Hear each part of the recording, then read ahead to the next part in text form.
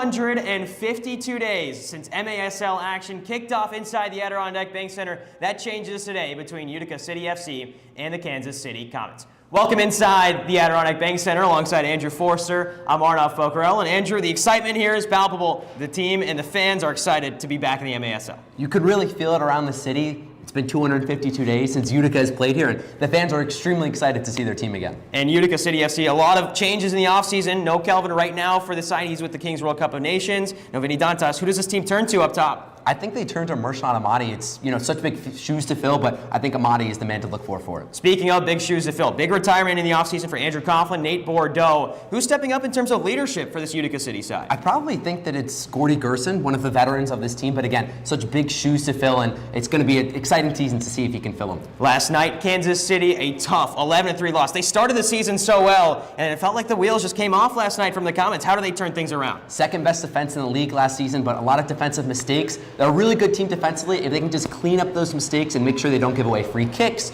or set piece opportunities, I think they'll be fine. It's a Comets team that got even better in the offseason. They added Dom Francis to the roster, a really talented side. They expect a lot out of this Comets side. We'll see that all come to play today. It's the season opener for Utica City FC and the Kansas City Comets. Come to town at the Adirondack Bank Center. We'll be right back after this break on MASL TV. At Aquavino, every meal is a moment. Whether it's date night, a quick lunch, or celebrating a special event, enjoy Italian-American favorites. Aquavino Restaurant, growing our family one plate at a time. What's your story? What moments make life an adventure? Community is where memories happen. At Bank of Utica, enriching our community for current and future generations has been part of our mission since 1927. By supporting local, community-focused organizations, we work together to open doors to education, the arts, and meaningful career paths. Making stories to remember. Bank with Utica.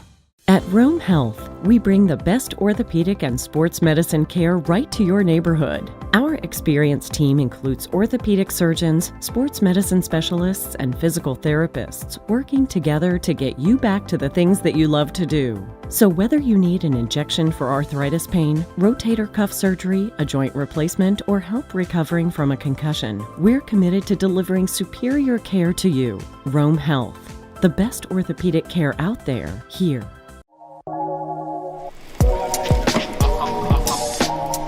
What a save!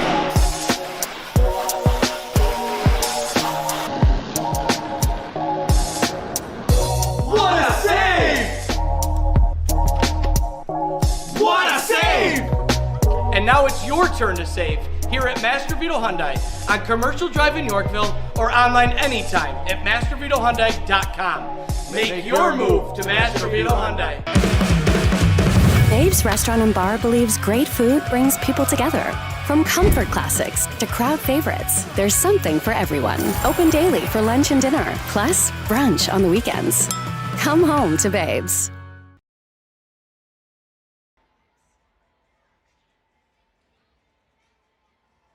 A long off-season full of change for Utica City FC, but one thing remains constant. There's MASL action inside the Adirondack Bank Center. Welcome inside the Odd alongside Andrew Forster. I'm Arnav Pokrell. The Major Arena Soccer League is proud to welcome you to MASL Soccer on MASL TV. MITRE is the official game ball supplier of the Major Arena Soccer League. Established in 1817, MITRE is one of the leading soccer brands worldwide and produces some of the best soccer balls in the world. Learn more at mitre.com. We're set for kickoff between Utica City FC and Kansas City, a Comets team that's coming off of a tough 11-3 loss last night. Utica City, on the other hand, looking to kick off the season with a victory. Andrew, how do you see this one playing out in the early stages between the two sides?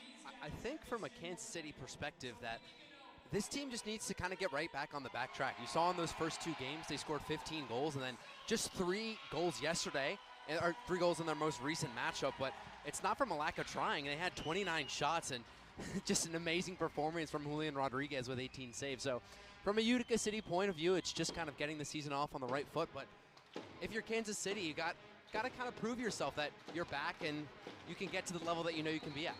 We'll get through the starters as Barbaros Shalier gets us started. Utica City without some of its leading point scorers from last season in Calvin Oliveira, Vinny Dantas, not with the team right now. But either way, we're underway. It's Shalier on the attacking front foot. His shot off the wall falls to Gerson, who fires high and into the netting. First chance of the season goes the way of the 12-year MASL veteran, Gordy Gerson. Definitely someone that they're going to have to look to step to. He had the most points per game last year outside of Kelvin, of course, who's not with the team right now. So Gordy Gerson, a veteran of the squad and someone who needs to step up. Rion Marquez the other way. Slipped forward, and first to it for Utica City is Willie Spur. Up to Gordy again. And Gerson shrugged off the ball by Lucia Tetsane. And the Lesotho native advances up the field. Held back and headed down to Brian Wilkin. Well, the offseason brought a lot of change for Utica City. The biggest one and the biggest missing piece is the #1 goalkeeper from last season, and Andrew Coughlin, the #1 goalkeeper for a long time in Coughlin. But UCFC welcomes back a familiar face in Brian Wilkin. He played just one game last year, was the goalkeeper coach for U Albany, the Great Danes, last season, so he wasn't around UCFC. Now he's back, back in after a year off, and he looks like he hasn't lost a step. And not just that, and when we talked to head coach Heverton Moreira, he mentioned that he can also shoot, so somebody to look forward to on the offensive end, which is maybe not something that we're used to for a goalkeeper. There's Ejimadu for Kansas City in net.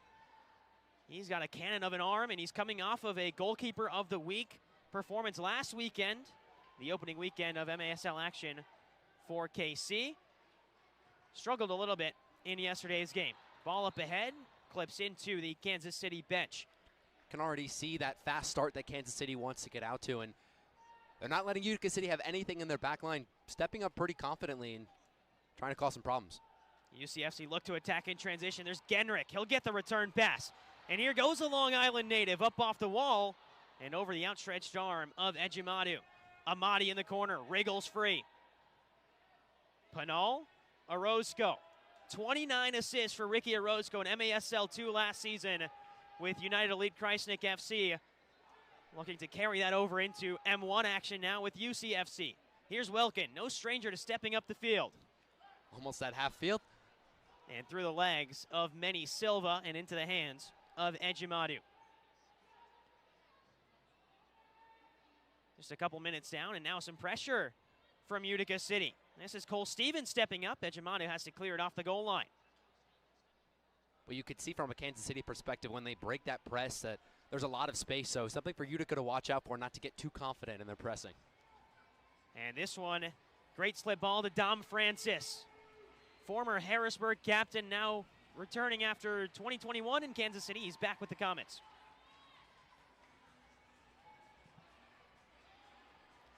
Up ahead, this is Tavares. And still Belliard, back to Silva. Silva fires, saved by Ejimadu. And another shot rifled up and into the netting.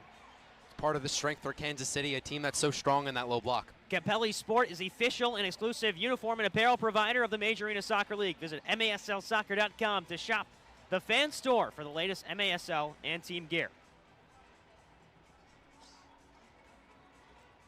They didn't concede in the second half versus St. Louis, and so if you're Kansas City right now, you conceded 5 in Baltimore, and you just want to make sure that you get through these first few minutes without conceding and regain some of that identity. Mijatovic and Shalier go colliding into each other. Far corner.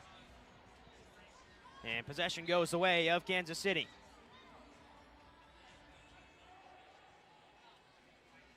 Back to Ejimadu. And angled across. Good outlet pass to Mijatovic. And up ahead.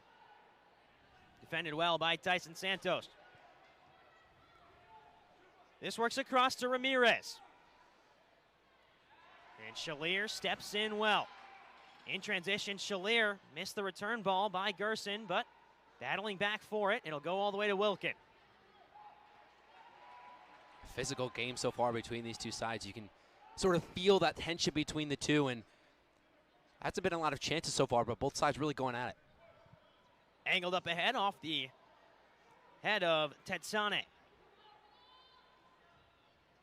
Good skill. And great move on the far board. Brought down well.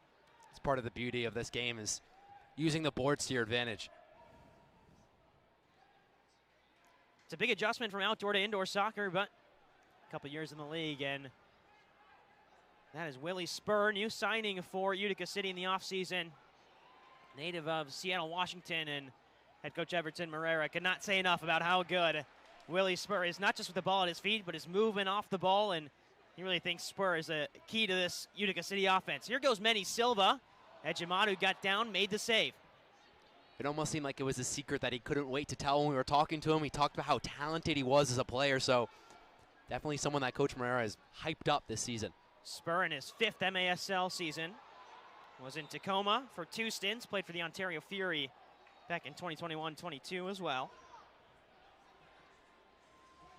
Player has been up and down the outdoor game, played Detroit City FC, Lane United as well, but since transitioning to indoor has really made his mark as Mijatovic at the top of the arc and into the wall and out of play. NXT Bets, think you can predict the MASL? Head over to nxtbets.com to place your wagers on all the MASL action this season. As another block out of play. Feels like the ball has spent just as much time out of play as it has in play with all these set pieces so far that are ricocheting all over. Just under 10 minutes to go in the first quarter. And Penal pinches away. This is Dom Francis, and Wilkin up off the wall and into his arms. That's what you get with Brian Wilkin back, as Tyson Santos took a hard challenge into the knee, but play continues.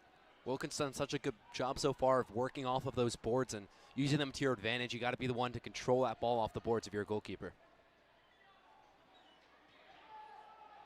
Wilkin's been playing in the indoor game since 2019. Started with the Rochester Lancers. And then over to Utica City. Just one appearance for Wilkin last year was a game against the league-leading Chihuahua Savage. And Wilkin came in and shone, and Utica won that game. This is Stevens. Miscommunication with Stevens and Belliard. And working away with it is Zach Reggett. Haven't said much of his name, the Kenosha, Wisconsin native. Someone who Kansas City would like to get firing this weekend. Was pretty quiet yesterday as well, only 1 assist. One of those high-volume players for Kansas City, a player who they've relied on so many times last season and in earlier parts of this season, so it'll be really important to get him going.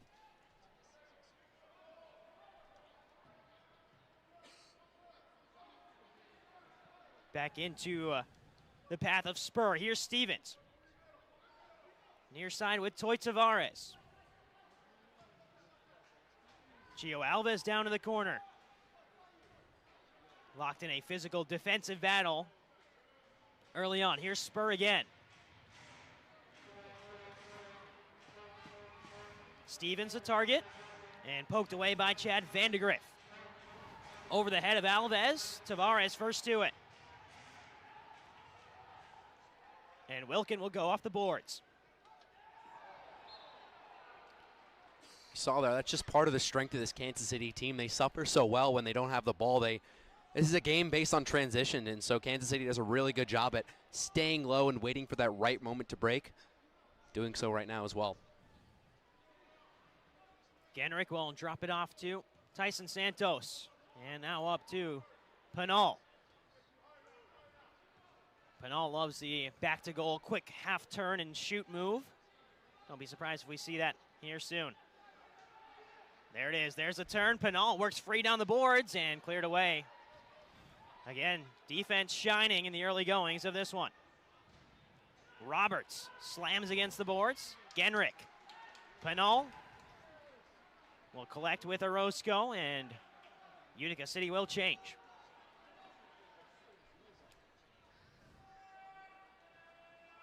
Halfway through the first quarter, 2 shots on goal for Utica, none for Kansas City. Tavares angles up off the boards. Shalier, the intended target. Off the wall, intended for Gerson. Shalier again. Tavares Tavares is out into the wall. That'll take us to our first media break. We're scoreless at the Adirondack Bank Center. You're watching the MASL on MASL TV.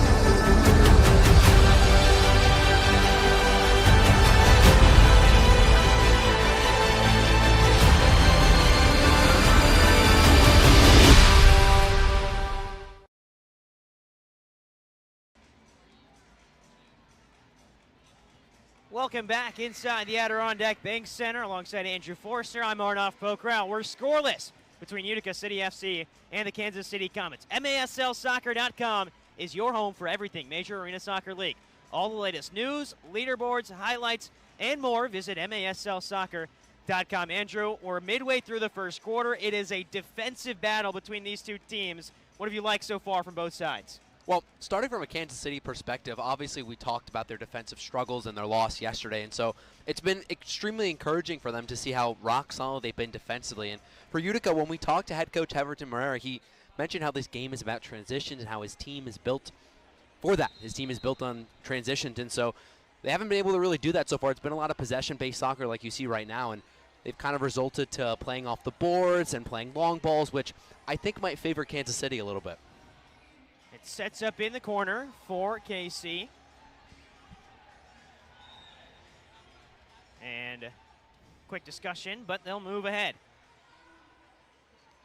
This is Lucia Tetsane. Great angled ball by Marquez. And the shot is up off the boards. Took an awkward bounce, headed off the wall, rebound still there. And Brian Wilkin scrambling for the first time today. Here's Shalier in transition. This is where UCFC like to work. Quick in speed. Amadi, left foot. Shalier will recover, and Utica City will possess now. But that's the danger of UCFC in transition, as they transition to possession. You could see how they got a little bit excited there when they found a little bit of space, just because Kansas City is putting 5 men behind the ball and very content to play behind and play against the ball, which is something that frustrates Utica a little bit. So it's kind of be a game about maintaining your patience and keeping that identity that you know you have. Kind of seems like Kansas City's okay with defending, because as long as you don't let Utica City counter, you'll be all right. Here's Stevens. Awkward ball in for Ejimadu, but he got a right hand to it.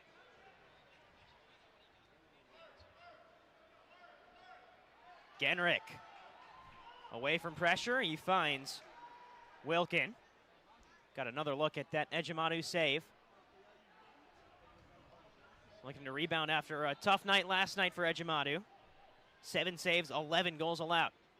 Pinal pinched in the corner. Stevens loses it. And Ejimadu will collect. That is something you can look for, though. You can look to play Pinal in behind and use that amazing strength that he has to hold up the ball and play off of him. So that is something that if you're not getting those transitions that you want, it's a strategy you could resort to. Out to the near side. Poked away. First to it is Willie Spur. Dos Santos. And cleared away. Tyson Santos getting involved in the attacking phase of play for the first time in UCFC colors. Played a little bit for MASL 2 last year with United Elite Kreisnik FC. As away from pressure goes Reggett. And Reggett's got a strong left boot. But dragged the shot wide. Here's Francis. It's the great thing about this Kansas City team. They really pick their moments when they want to keep the ball and when they want to go quickly. Francis will fire off the board. Rebound for Dirtle. And contact to the head of Dirtle. Whistle right outside the arc for Kansas City. Another chance to set something up for this Comets offense that hasn't really seen much in the attacking phase of play in the early going.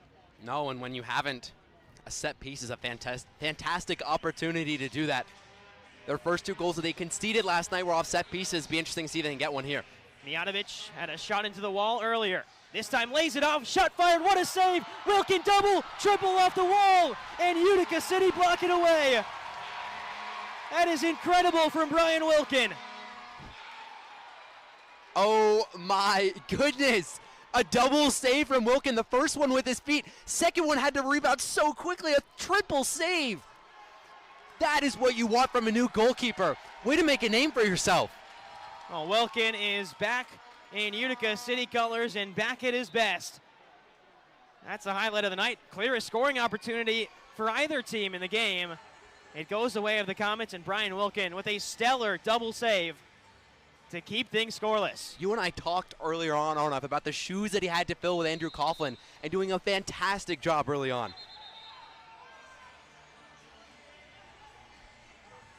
When the goalkeeper before you was nicknamed Mr. Stretch, Wilkin has a big legacy to fill, and certainly seemed like he stretched there to save that one. Great opportunity for Kansas City, denied by Wilkin on the back end. 3.5 minutes to go in the first quarter. And Ejimadu will take over and play it forward. Good off-ball movement from Kansas City, but stood up by Toy Tavares. And the Boston native will clear it up and allow Utica City to change a couple up top. Ejimadu, a bit more involved on the offensive side now for the goalkeeper. Didn't travel too far out of his goalkeeper box in the first 10 minutes, but as of late, more comfortable stepping up. That one caught by Wilkin. Interesting dynamic between these two goalkeepers, because you just saw the ability that Brian Wilkin had as a shot stopper, but both of these goalkeepers can play in possession as well. It's kind of needed in this Major Arena Soccer League to play and help your team in possession. All the way back to Genrick. Quickly to Tavares. Schalier, the intended target. This one will fall to Genrick. A harsh challenge, but Utica City keep possession with Belliard, and the Dominican Republic national futsal team player will apply pressure on that far corner. Schalier there with him. Genrick wins it back. And Great Genrick tackle. upended by Kansas City. That's a perfectly timed tackle. Genrick doesn't give up on the play, wins it back. Tavares now with 2 on his back will go back to Brian Wilkin. You can see why this team had the second best defense in the entire league last season from Kansas City. They're so good at making those defensive challenges when needed, and also they're just so organized. You can see it now. They're moving off the ball and tracking their runners, doing a fantastic job at maintaining and suffering well as a defense. All the way across to Mijatovic.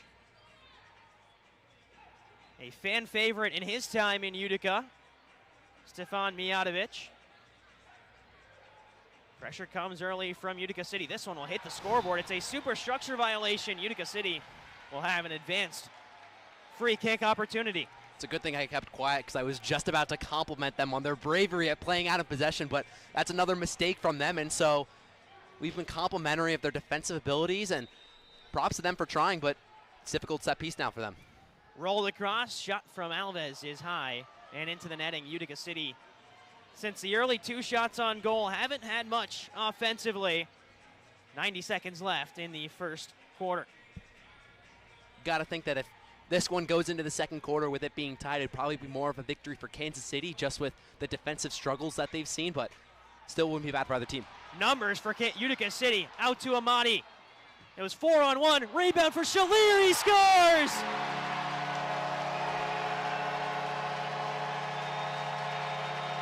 Barbaro Schalier lights the lamp for the first time this season, and Utica City have a 1-0 lead. just as I go and compliment them for their defensive strength, Shalier comes in off that tap, and you can see Amadi knows he has to hit that one hard and low, forces a fantastic save from Ejimadu, but Shalier is just there to clear up. That's exactly what you want to do if you're that position.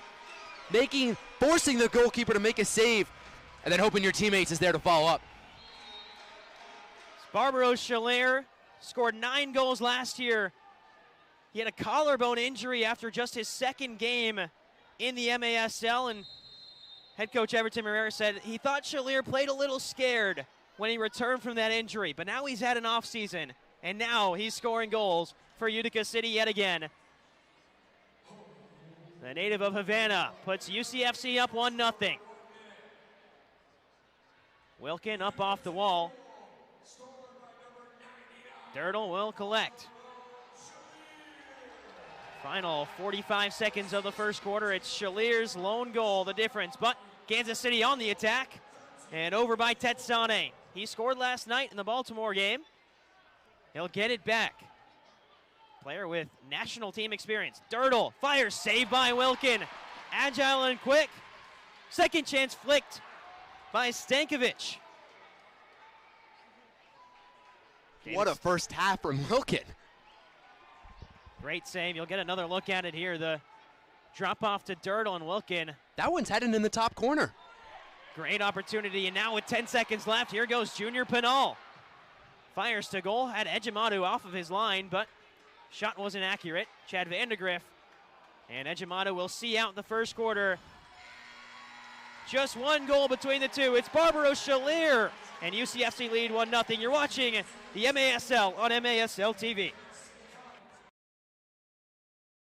At Aquavino, every meal is a moment. Whether it's date night, a quick lunch, or celebrating a special event. Enjoy Italian-American favorites. Aquavino Restaurant, growing our family one plate at a time. What's your story? What moments make life an adventure? Community is where memories happen. At Bank of Utica, enriching our community for current and future generations has been part of our mission since 1927.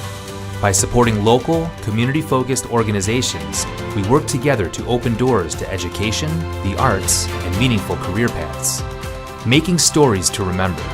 Bank with Utica.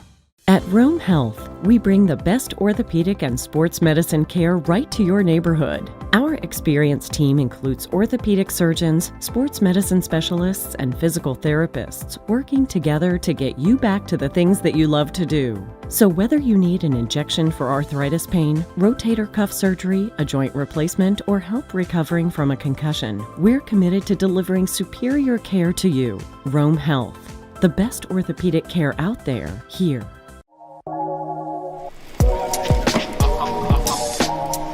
What a save!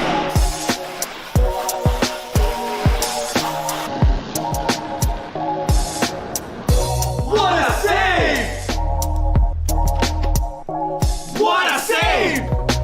And now it's your turn to save here at Master Vito Hyundai on Commercial Drive in Yorkville or online anytime at mastervitohyundai.com. Make your move to Master Vito Hyundai. Babe's Restaurant and Bar believes great food brings people together. From comfort classics to crowd favorites, there's something for everyone. Open daily for lunch and dinner, plus brunch on the weekends. Come home to Babe's.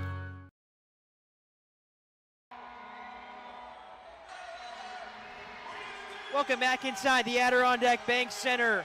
Alongside Andrew Forster, I'm Arnoff Okrell. Utica City lead 1-0 over the Kansas City Comets. Well, Kansas City, Utica City, you can stream it live on maslplus.tv and replay the game on demand. Clip it, share it, live it again. Make sure to favorite your team to get instant updates on every game. And also, you can catch MASL Monday, every Monday night on MASL TV and CBS Sports Golazo Network. Alex Basavansky and Phil Levanko are joined each week by special guests from across the league to recap the weekend's games and discuss the league's hot topics. Well, one hot topic for Utica City FC right now is the play of goalkeeper Brian Wilkin. Excellent in the first 15 minutes, Andrew. He was required to make a few saves, and he made every single one, including that remarkable triple save that we saw earlier on. Part of the reason why they haven't conceded so far, and also Barbara O'Sheulier stepping up on that offensive end.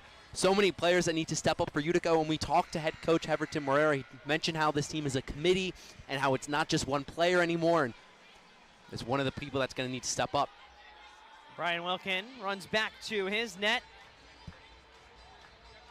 after pitching a shutout in the first 15 minutes. He'll look to keep that defensive record up as we're underway in the second 15. Kansas City trail by 1 to Utica City FC. Barbara O'Sheulier scored in the closing stages of the first quarter. Transition for Tyson Santos. Great ball ahead to Gerson. Gerson scores! It is an absolute laser from Gordy Gerson. And he celebrates a 2-0 lead for Utica City FC. Oh my goodness. You mentioned it was a laser, Arnav. It was also from an extremely tight angle. Look at where he shoots this from. That has to be pinpoint in the top corner. And did so with incredible speed. A fantastic finish from Gordy Gerson. The leader for this team stepping up to double the lead. A great moment for Gerson, who celebrated becoming a father in the offseason. You'll hear from Gordy Gerson about that in our halftime talk we did before the game. Takes so much pride in that and takes so much pride in scoring goals, because that's what he's done in his 12-year MASL career. Utica City lead 2-0. And Kansas City are shell-shocked to start the weekend. 11-3 to Baltimore yesterday, a tough result. Today, the defense played extremely well for the first 13 minutes of the game. But 2 goals, one right before the end of the first quarter, one right after for UCFC. And the City have a 2-0 lead. Flipped ahead, this is Pinal. Part of the reason why they've conceded those 2 goals is they're just struggling to track those midfield runs. You can see when they get into this shape, they're much more stronger defensively, and it almost doesn't look like Utica is going to find the back of the net. But when you have those transitions, they're just a little bit weak at tracking those runners. Pinal on the swivel, that's what he does best. The Wallace scorer, Willie Spur, welcome to Utica. 3-0 City.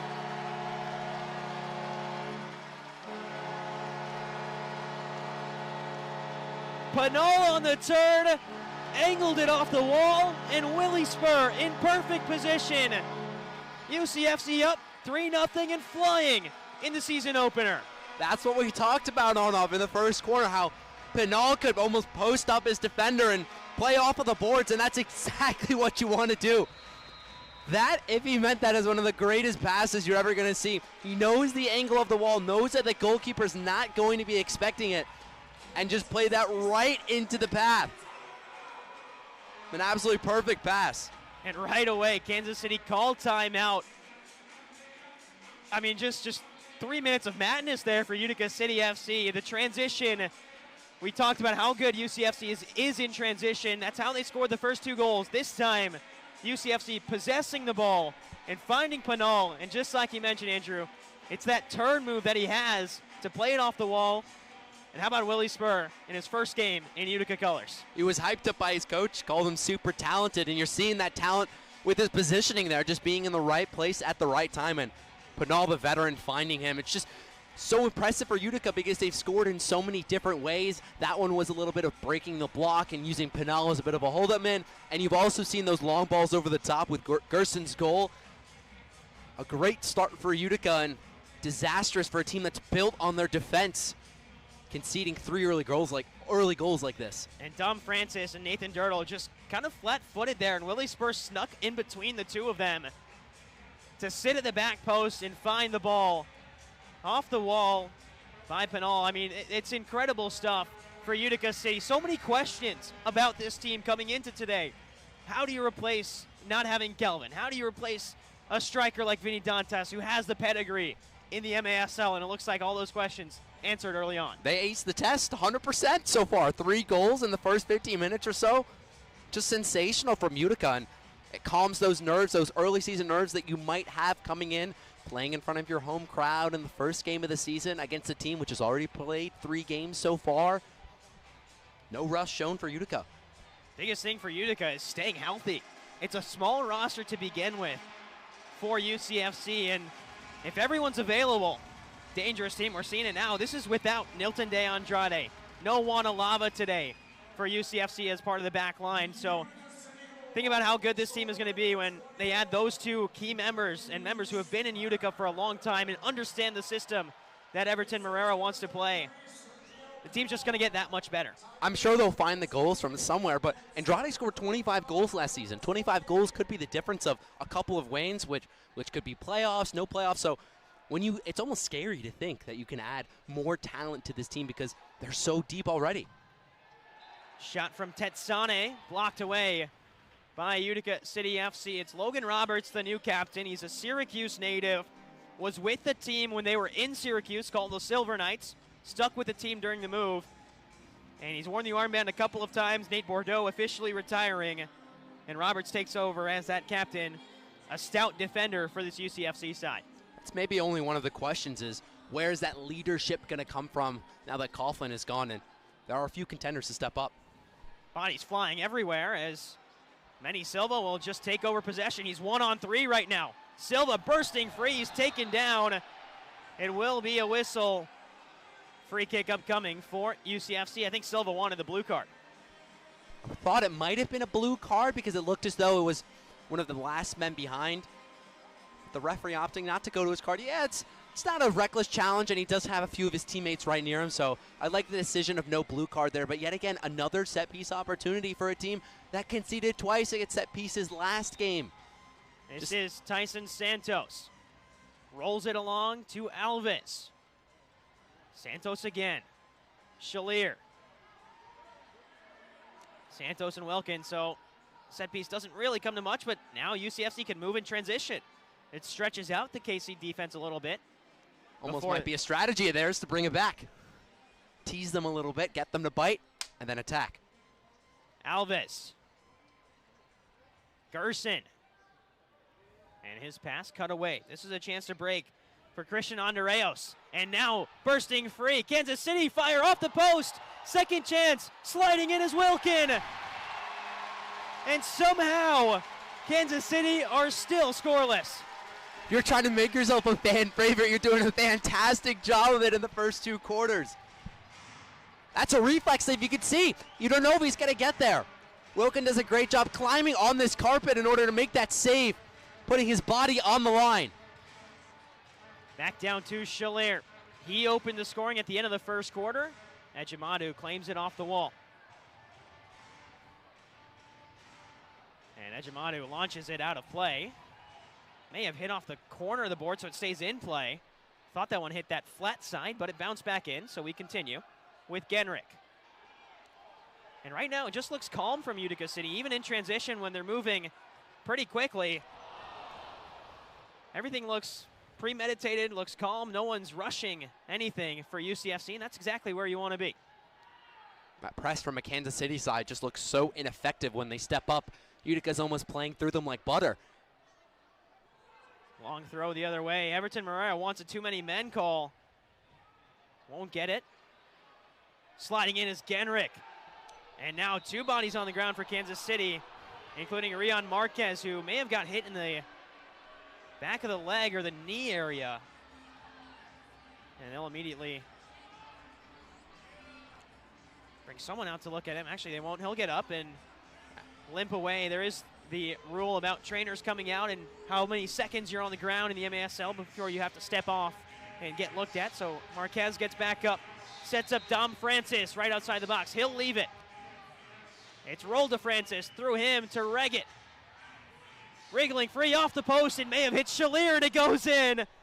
Kansas City get on the board. Reggett will get the credit for it, but the last touch from Shalier is what directed it past Brian Wilkin. It's a smart play there from Reggett. He knows he's kind of cornered there near the boards and just plays it into a dangerous area. And yeah, Shalier's facing his own goal.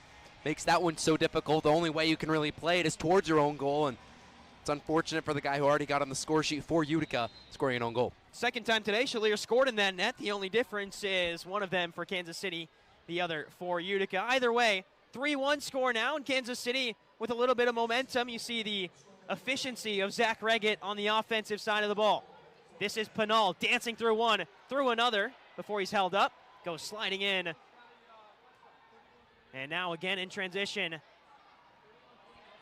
There go the Comets with Marcel Berry. Stevens, Wilkin, off the wall to Spur. Wilkin sliding back out. And Gio Alves has Pinal up ahead of him. Looking for Pinal, Ejimadu first to it. Van de Griff. Player who was the Defensive Player of the Year in the MASL in 2022.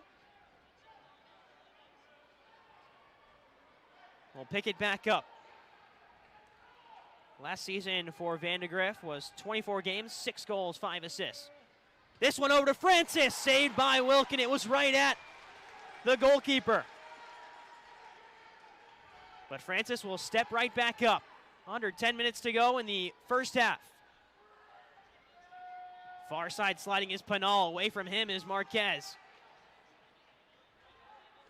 Rolled all the way back to Flores. And Nacho Flores will angle one ahead. Poked away. Tyson Santos gets his own ball off the board. This might just be tired legs or the fact that you haven't played in 252 days from a Utica perspective. Just need to remind yourself of the discipline that you have as a team, building up this 3-goal lead and making sure that the 1 goal doesn't turn into any more for Kansas City. That's Guerrero Pino. And Pino will get it back. Across the other way, rifled low, and Wilkin down to parry it wide.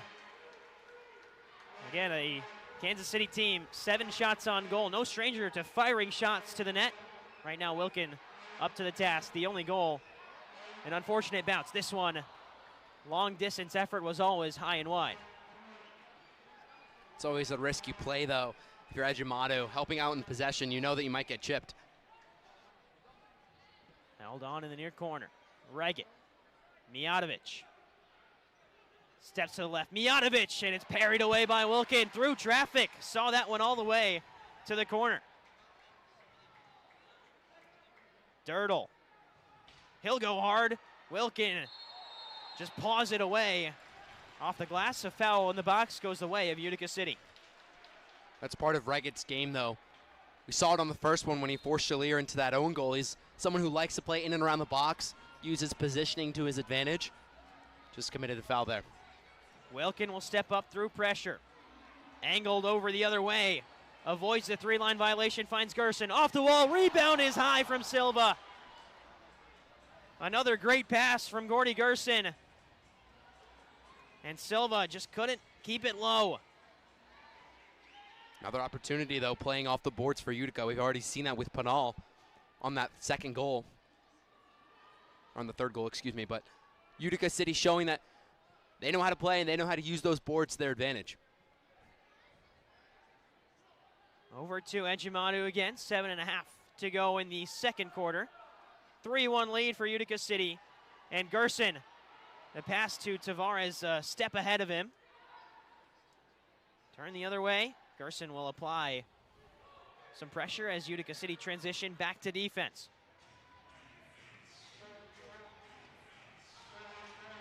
Brought down by Santos. He'll hang on to the ball, work free into space, finds Silva. And possession turned over. I think a miscommunication there on the bench by Utica. First game, no surprise, we've seen a couple of miscues on the changes. And now breaking free is Manny Silva. But tackles flying in everywhere, Arnav. Great defensive action from Pino, and this one will go all the way back to Ejimadu. Oh, it turned over Ejimadu. Amani off the boards, sets up for Roberts, who can't find it. Well, that was dangerous from Ejimadu. It'll take us to our immediate timeout. 3-1 lead for Utica City. You're watching the MASL on MASL TV.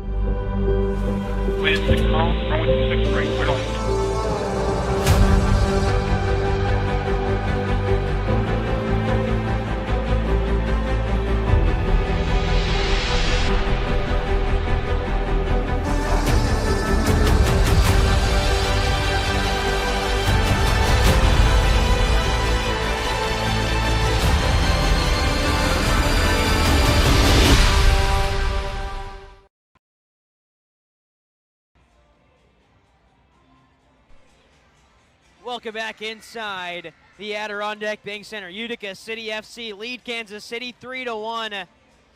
And the City have been flying. Get the latest news on the MASL and your favorite teams by following MASL Soccer on Facebook and Instagram, and MASL Arena on Twitter. You can also subscribe to MASL TV on YouTube. You'll find game rebroadcasts, MASL shows, highlights, and more. The MASL TV on YouTube. Well, 3-1 lead, but Kansas City with the most recent goal. It was a bit of an own goal by Shalier. Reggett, the last touch for KC. But overall, defensively, both teams have picked things up in the second quarter. Yeah, it was kind of the end of the first quarter or start of the second quarter where we saw Kansas City start to have a few lapses, but mostly for Utica, from a Utica perspective, it's been very solid at the back. They really kind of only had that one chance, and a large part of that is just the play of Brian Wilkin, who's been absolutely sensational so far. That triple save in the first quarter and has made some saves through traffic to start this second quarter for Utica. It was 2 goals, a minute and 12 seconds apart for UCFC. 19 seconds into the quarter, Gordy Gerson scored. It was a great volley. And then after that, it was off the wall to Willie Spur, who scored in his Utica debut. Rolled all the way back and over to Andreos. Belliard meets him at the midway line, and Andreos turns it over. Here goes Silva in transition. A turn to work into space. Silva on 2 and loses out on possession. Whistle blows for the jersey tug. And Kansas City wanted the advantage. Instead, it'll go all the way back to the defensive zone for a free kick. Can already see, though, a little bit of that frustration from Utica after starting so well in the first quarter, having the second quarter being a little bit slower. Just 2 shots so far, and this is a great opportunity to get things going on a set piece from Gordy Gerson. Gerson's there. Genrick will slowly walk over, and Genrick will run over it. Gerson rolls it off the wall. Shalier's there, and it's just wide. Belliard still surveying. Rolls it into Shalier. Everyone collapsing on Barbaro Shalier. You saw the defensive move there from Kansas City. They waited, and then as soon as that entry ball goes in, 4 players just bear down on Barbaro Shalier. It almost seems as though they were baiting the play into Shalier and then waiting and using that as a pressing trigger and going and getting him. Mijatovic standing in front of the Utica City bench, trying to work out when he can change. This is Santos, and it's parried by Ejimadu. Gerson off the wall. Ejimadu first to it. Inside of his goalie area. This one all the way to the attacking zone. Dirtle.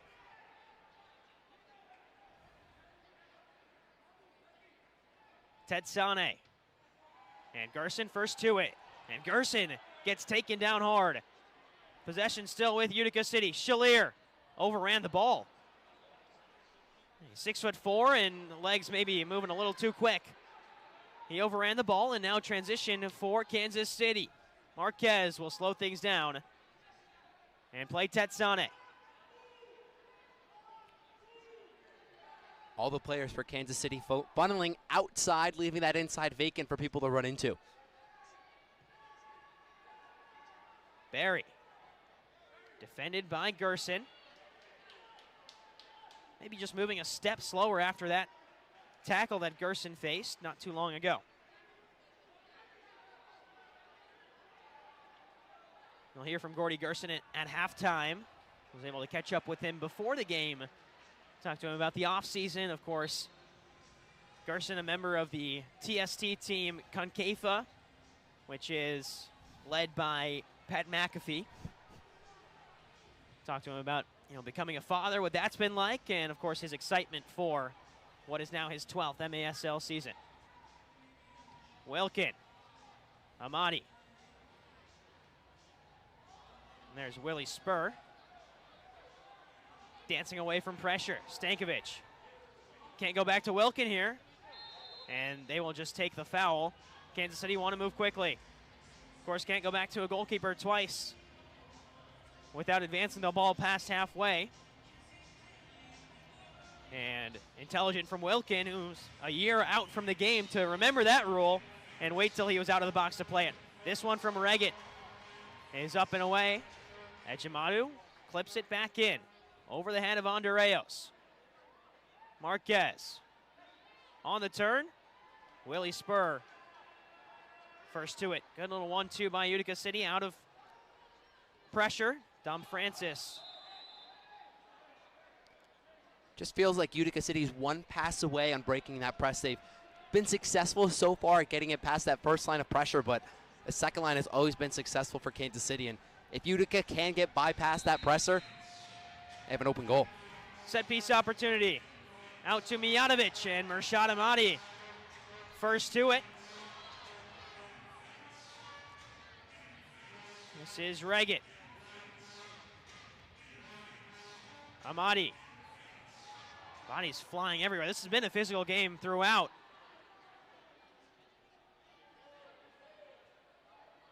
And it continues. Tetsane drops it off. And he'll get it back. 9 caps for the Lesotho national team for Lucia Tetsane. Mijatovic on the turn. Fires. It's saved by Wilkin. Rebound is there. Henry Ramirez, his first goal of the season. And Kansas City within 1. That one just a shot to the back post. Nobody falling for Utica. A great turn there. And that one just coming off the post. I think it took everyone by surprise that one came back in, but Henry Ramirez doing a fantastic job of recognizing that one wasn't going in and that he had to follow. He did a fantastic job again at making sure he was in the right place at the right time. Just beat out Willie Spur on the back end to the ball. And with under 3 to play in the first half, Kansas City within striking distance. UCFC led 3-0 to start the game. Actually, the last time these two teams met, it was March 28th of this year. Back in the previous season, Utica City did the exact same thing, led 3-0 before giving up a couple of goals to Kansas City. That one, in fact, Utica gave up 3 in a row. The game finished tied 4-4, and then in the shootout, it was a penalty. It was a shootout goal by Lucas Souza to win the game for Kansas City the last time these two teams played. Pressure on Santos. Final 2 minutes of the first half. Whistle blows. It's a free kick for Utica City.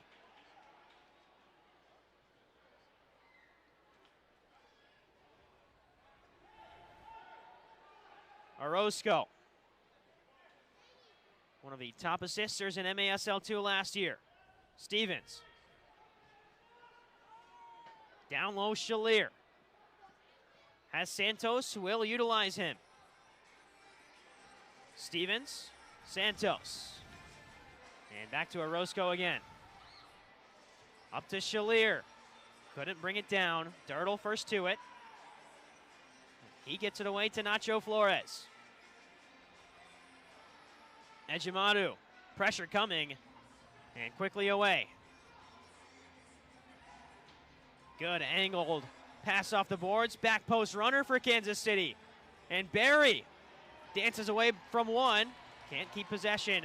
And Shalier turns forward. Here goes Gerson. Already won today. Looking for another. Ejimadu equal to it. Belliard. Contact both ways. Play continues. And Shalier. This game becoming so stretched and so physical in the last portion of this first half. Both sides wanting to get that final goal before the intermission. A lot of momentum swinging either way. If Utica City score, it's back to a 2-goal lead at halftime. Kansas City score, we're deadlocked at the break. So these final 40 seconds really determine how the second half will be played. Toy Tavares stands over it. He's asking for more room. He won't get it. Amadi.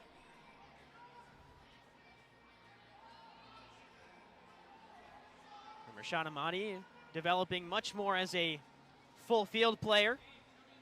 Last season for Utica City FC, he was excellent in terms of shots on goal. Just continued to find space in the back end. 18 seconds. Here goes Kansas City. It's high from Garza. Just a few more seconds left in this first half. Utica will probably be the team that's more happy, obviously, with that 1-goal advantage, but just could have been more for them who started out with that 3-goal lead. Spur. This is Elves and Ejimadu. A crucial intervention, 2 seconds left, and the horn sounds.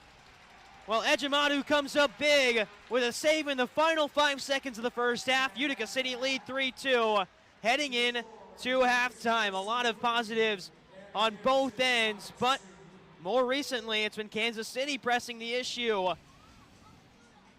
Andrew, this second half, how does it get decided? Not too entirely sure because we saw 2 different quarters. The first one dominated by Utica, but the second one, Kansas City grew into it.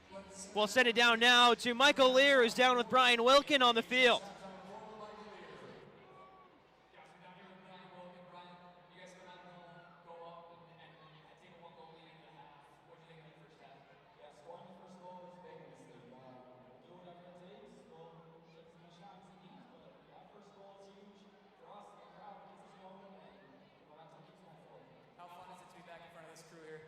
It's amazing. I get to wake up and do something I love every day, and I get to play in front of the best fans in the league. What are you guys going to talk about at halftime? I think just keep going strong. I think we're fast, we're smart, so we got to use that to our advantage and keep going towards them. Thanks, Brian. Good luck. Thank you. So that was Michael Lear with Brian Wilkin, who had an excellent first half in his return as a full-time member of the Utica City FC squad. UCFC lead at home 3-2 over Kansas City. We'll be back after halftime. You're watching the MASL on MASL TV. At Aquavino, every meal is a moment. Whether it's date night, a quick lunch, or celebrating a special event. Enjoy Italian-American favorites. Aquavino Restaurant, growing our family one plate at a time. What's your story? What moments make life an adventure? Community is where memories happen. At Bank of Utica, enriching our community for current and future generations has been part of our mission since 1927. By supporting local, community-focused organizations, we work together to open doors to education, the arts, and meaningful career paths. Making stories to remember. Bank with Utica. At Rome Health, we bring the best orthopedic and sports medicine care right to your neighborhood. Our experienced team includes orthopedic surgeons, sports medicine specialists, and physical therapists working together to get you back to the things that you love to do. So whether you need an injection for arthritis pain, rotator cuff surgery, a joint replacement, or help recovering from a concussion, we're committed to delivering superior care to you. Rome Health, the best orthopedic care out there, here.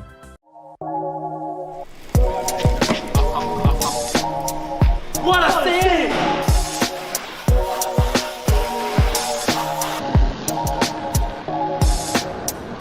What a save!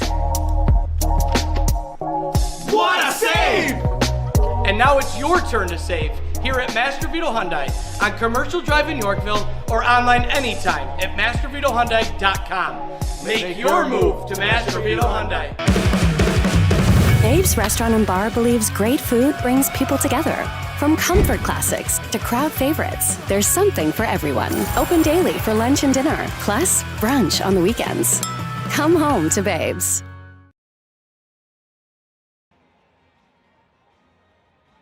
Welcome back to MASL TV. We're at halftime between Kansas City and Utica. Arnaud Focarel. Now I'm joined by Gordy Gerson. Gordy, a long off-season, but a busy off-season for you. First off, congratulations on the birth of your daughter. How's that been? What's life like as a father? It's been a lot on me and my wife, that's for sure.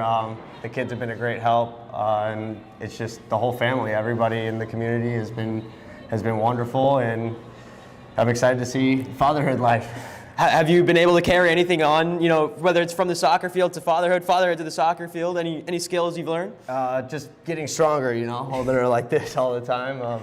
But no, it's been tough. We're just handing off the baby between me and my wife, and we're lucky to have the time to train, and thankful everybody around makes us makes it work. And part of your offseason was down at TST with Concava for the second year in a row. How's that experience been like for you, playing alongside Pat McAfee, Breck Shea, some real legends? Yeah, I mean, it's the time of our lives. Every summer is a good time and good people. And I have my guys, Stefan Reggett and Ruggles and Derek Huffman. We have all the guys from the Arena League there, and we love it. It's a great time, great experience, and playing on ESPN, you can't get mad. For you, you look at the opening slate, and now as one of the older guys on the team, you saw a couple of your teammates, retire in the offseason, and now you're a big old guy, got the experience, got the leadership. How are you bringing that to this young squad? I mean, honestly, it's sad without Nate, Andrew. Those are big losses for us, and Vinny as well. But for us, it's just more of, let's give the next young guy an opportunity. And so to me, I'm thinking, when is my last time? So I'm going to give it my all every time I can, and I'm excited to rep this city. And for you, opening weekend, what does it mean to you? Just the electricity. You've been here for a couple of years now. How excited are you for this game? I mean, the day the schedule comes out, we have this punched in. Home opener, it's the best. We love the crowd that we have. We're excited that you guys are here, and we're excited for a good season, so keep coming by. And for you, you look at, your career, and you've been everywhere. What's been so special about being here in Utica? Oh, the fans. I mean, it's electric here. It's just a whole different game. It's more of an EPL-type atmosphere, and I love that about this city. And as long as they keep showing up and bringing the energy, we're going to keep, hopefully, giving results. League restructuring, 8 teams. You're going to play all 8 teams. Is there any one matchup that you're looking at as the excitement? Any one away trip that you're looking at with a lot of excitement? I mean, in February going to California, you can't get mad, so that's always nice. But for us, bring in every team. Every team gets to come to our arena and experience this. I think it's awesome for the league, and hopefully we can get some results with our fans behind us. Well, Gordy, thank you for your time. We'll have more after the break on MASL TV halftime between Kansas City and Utica. At Aquavino, every meal is a moment. Whether it's date night, a quick lunch, or celebrating a special event, enjoy Italian-American favorites. Aquavino Restaurant, growing our family one plate at a time. What's your story? What moments make life an adventure? Community is where memories happen. At Bank of Utica, enriching our community for current and future generations has been part of our mission since 1927. By supporting local, community-focused organizations, we work together to open doors to education, the arts, and meaningful career paths. Making stories to remember. Bank with Utica.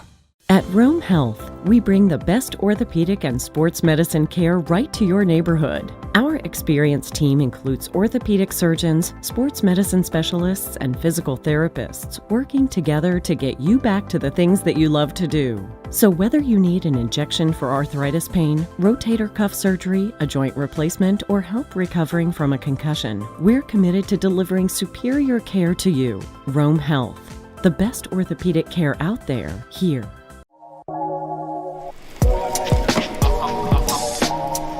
What a save!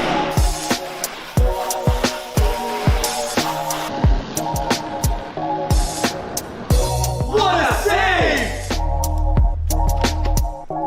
What a save! And now it's your turn to save here at Master Vito Hyundai on Commercial Drive in Yorkville or online anytime at mastervitohyundai.com. Make your move to Master Vito Hyundai. Babe's Restaurant and Bar believes great food brings people together. From comfort classics to crowd favorites, there's something for everyone. Open daily for lunch and dinner, plus brunch on the weekends. Come home to Babe's. Or online anytime. Shoot! He scores!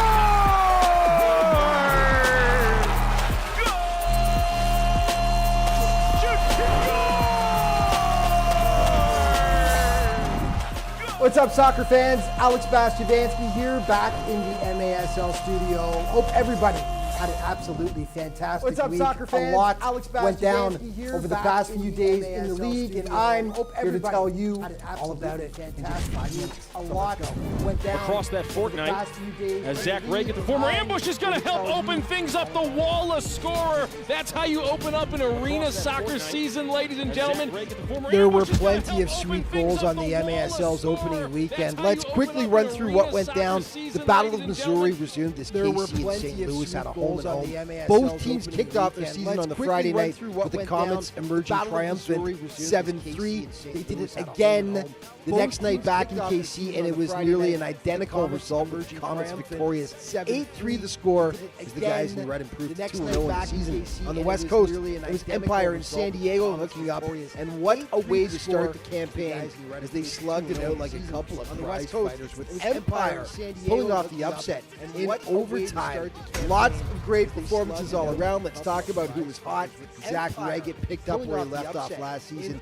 He had 3 points in Friday's game and then followed it up Saturday with a 2-point performance. Zach, of course, finished last season with 31 points for the Comets. And his teammate, Christian Andreos, was red hot as well in the opening weekend. He was everywhere. 3 points in Friday's win, and then 2 on Saturday. Andreos is looking like he might break out this year. 13 points all of last season. He's got 5 already. St. Louis did have some great performances. Utica Carvalho, one of the leaders. The veteran had 3 points, including that sweet goal right there. And new addition, Daniel Torrealba, who played last year with Texas, potted 3 goals in 2 games for his new squad. On the West Coast, Brian Orozco had a ridiculous game for Empire. He was named the second star and assisted on the overtime winner right there. Originally, it looked like he scored it, but Munir Alami just got a head on it. But this is getting to be old hat for the goalkeeper. He scored some bangers last year, like this one against Baltimore. 3 goals in total he had last year. He's just another weapon in Coach Obasi's arsenal. And let's not forget Alami, who was a thorn in San Diego's side all day. He recorded a brace in the Strikers' victory. Not the start the Sockers were after, but there were some excellent performances. Taylor Walter Bond continues to elevate his game. The MASL veteran, now in his 12th season, put up 2 goals for the boys in blue despite the loss. On the defensive side of things, it was a block party. Chad Vandergriff, your reigning defensive player of the year, was a monster. 8 blocks over 2 games. He led the league with 81 total last season. But even he was outdone by teammate Lucia Tatsane, who got in the way of the ball 10, yes, that's right, 10 times over their 2 games. Scoring leaders very early. Look, but here you go. And the Reyes leading the way, tied with Zach Reagan. They've got 5 points apiece. Then it's Torrealba with 3 points. Carvalho also with 3. And another KC Comet, Lucas Souza, with 3 assists to round out your top 5. Some big matchups this week. Head-to-head, only 3 games to play, though. Old school rivals Baltimore and Kansas City will clash on Saturday. They squared off once last season. That was the Blast, taking it 8-5 on March 30th. Then on Sunday will be our first look at UCFC this season, as they will host the Comets. The Blues will look to improve on last season's performance against KC as they dropped both games against the Comets. Also on Sunday, we get our first look at the Milwaukee Wave. I can't wait. They're in San Diego to take on the Sockers. Should be a doozy. San Diego won the only encounter last year. It's Milwaukee's first game, though, since losing a heartbreaker to eventual champion Chihuahua in the playoffs.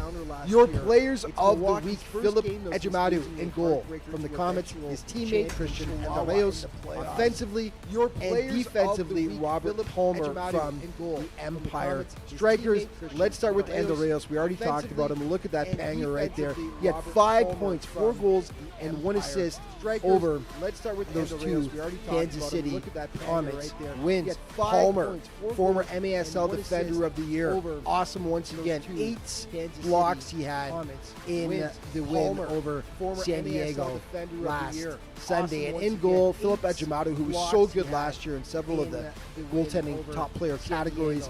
2 wins, a 3.0 goals against average and an 808 save percentage to take the award from last 2 wins. And that's going to wrap up this week's show, but just a reminder, of course, to stay up to date on everything that's going on in the MASL all throughout the season. Be sure to check out the league's official social media on everything that's going on in the MASL. See you next time. All throughout the season. Be sure to check out the league's official social media. Thanks for watching. See you next time. At Aquavino, every meal is a moment, whether it's date night, a quick lunch, or celebrating a special event. Enjoy Italian-American favorites. Aquavino Restaurant, growing our family one plate at a time. What's your story? What moments make life an adventure? Community is where memories happen. At Bank of Utica, enriching our community for current and future generations has been part of our mission since 1927. By supporting local, community-focused organizations, we work together to open doors to education, the arts, and meaningful career paths. Making stories to remember. Bank with Utica. At Rome Health, we bring the best orthopedic and sports medicine care right to your neighborhood. Our experienced team includes orthopedic surgeons, sports medicine specialists, and physical therapists working together to get you back to the things that you love to do. So whether you need an injection for arthritis pain, rotator cuff surgery, a joint replacement, or help recovering from a concussion, we're committed to delivering superior care to you. Rome Health, the best orthopedic care out there, here.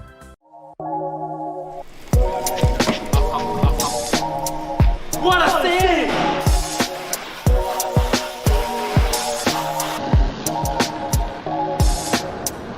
What a save! What a save! And now it's your turn to save here at Master Vito Hyundai on Commercial Drive in Yorkville or online anytime at mastervitohyundai.com. Make your move to Master Vito Hyundai. Babe's Restaurant and Bar believes great food brings people together. From comfort classics to crowd favorites, there's something for everyone. Open daily for lunch and dinner, plus brunch on the weekends. Come home to Babe's. Maple syrup and amazing gift baskets for everyone you love this season. Make sure to pick up the December issue of Mohawk Valley Living. Go to mohawkvalleyliving.com. Creative, fast, strong, agile, dependable, just has that special something. What makes a great player? The same thing that makes a great vehicle. Let's go, Utica! Let's go! Davidson of Rome. Nice. Proud sponsor of the Utica City Football Club.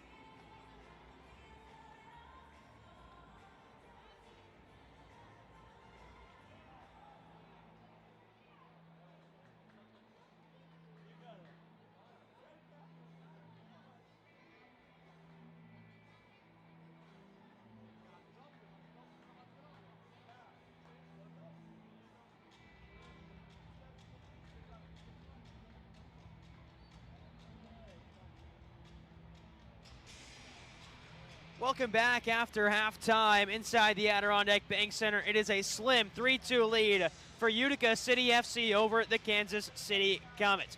MASLsoccer.com is your home for everything Major Arena Soccer League. All the latest news, leaderboards, highlights, and more. And, well, you're going to see some highlights from this game because Utica City and Kansas City have battled defensively.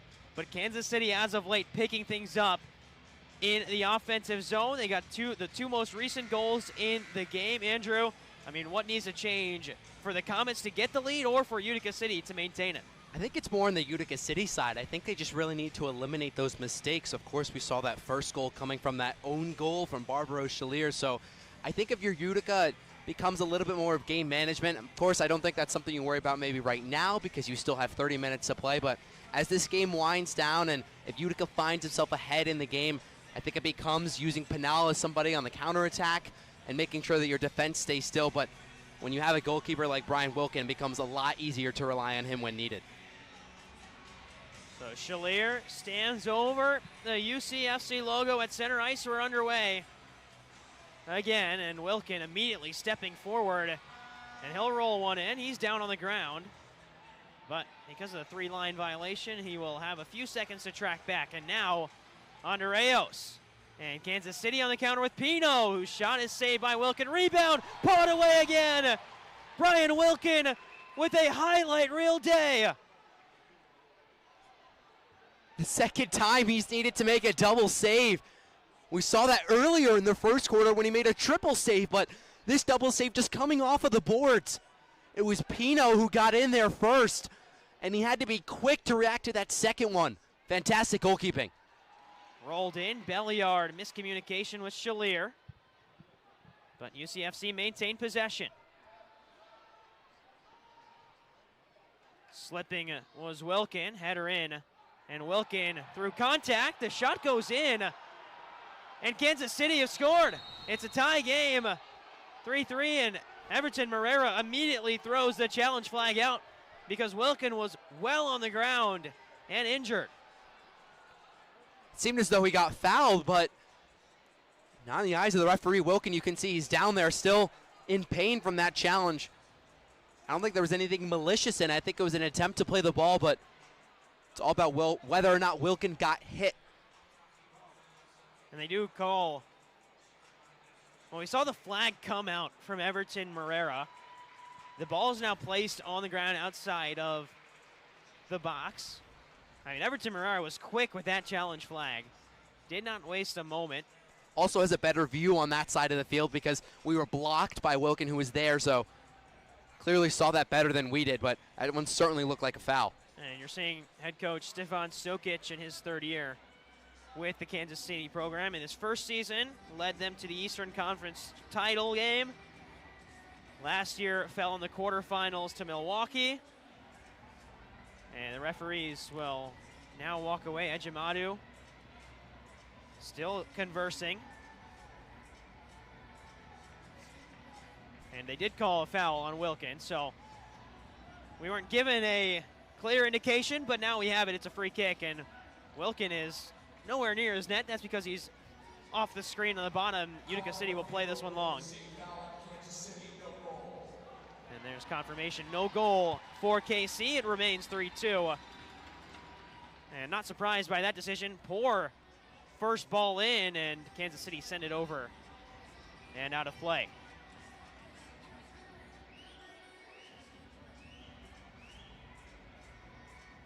Well, big decision from the refereeing crew for Utica City FC as the ball takes a couple seconds to get back in to play. So refereeing crew led by Austin Saney. As another turnover, and Wilkin has to hustle back. Kansas City stepping up the pressure now. And some space, shot, rebound. Goes the way of Spur. Transition for Amadi. Spur goes down, Amadi, and Spur will get it right back. He shrugged off the ball. Whistle blown. It's a free kick for Utica City FC. Well, 2 minutes into the second half, and already a couple of decisions that go the way of UCFC. But you can already see that press from Kansas City is ramping up, and I mentioned it when we came into this second half that the key for Utica was going to be limiting those mistakes. We've already seen Kansas City take advantage sometime early on. Pinal on the swivel, through contact, still Pinal, he lays it off. And eventually, it's team defense for Kansas City to move the ball away, and now a breakaway opportunity. Here goes Garza. Garza fires, saved by Wilkin. Shuffled the other way. We talk so much about Utica City's transition. Kansas City picked up the ball in the defensive zone, and Garza was home free. It's something that we saw Utica take advantage of in the first half with those transitions, and right now it's Kansas City who has the upper hand. Ejimadu looking long, flick to goal, it's over the head. And out of play, last touch goes the way of Utica City. They're saying that Reggett deflected it on its way out. Can also see the importance of the board so far in the second half. We saw that was a way for Utica in the first half, and now Kansas City is using those boards, trying to play off of them and get those ricochets in front of goal. So free kick upcoming. It's taken long, intended for Wilkin. And it bounces out of play right near head coach Stefan Stokic. Utica City will restart play down low to Silva. Belliard. And defended by Barry. Ejimadu. Headed on by Utica City and now turned over. Mijatovic. Good feed across to Barry. And now Reggett. Mijatovic again. Rolled across. Pino fires. It's blocked by Tavares. Pino lifts one in again. Stevens away. And it is the intentional clearance. So top of the arc free kick for Kansas City. Just seems as though Utica's a little bit rattled to start the second half.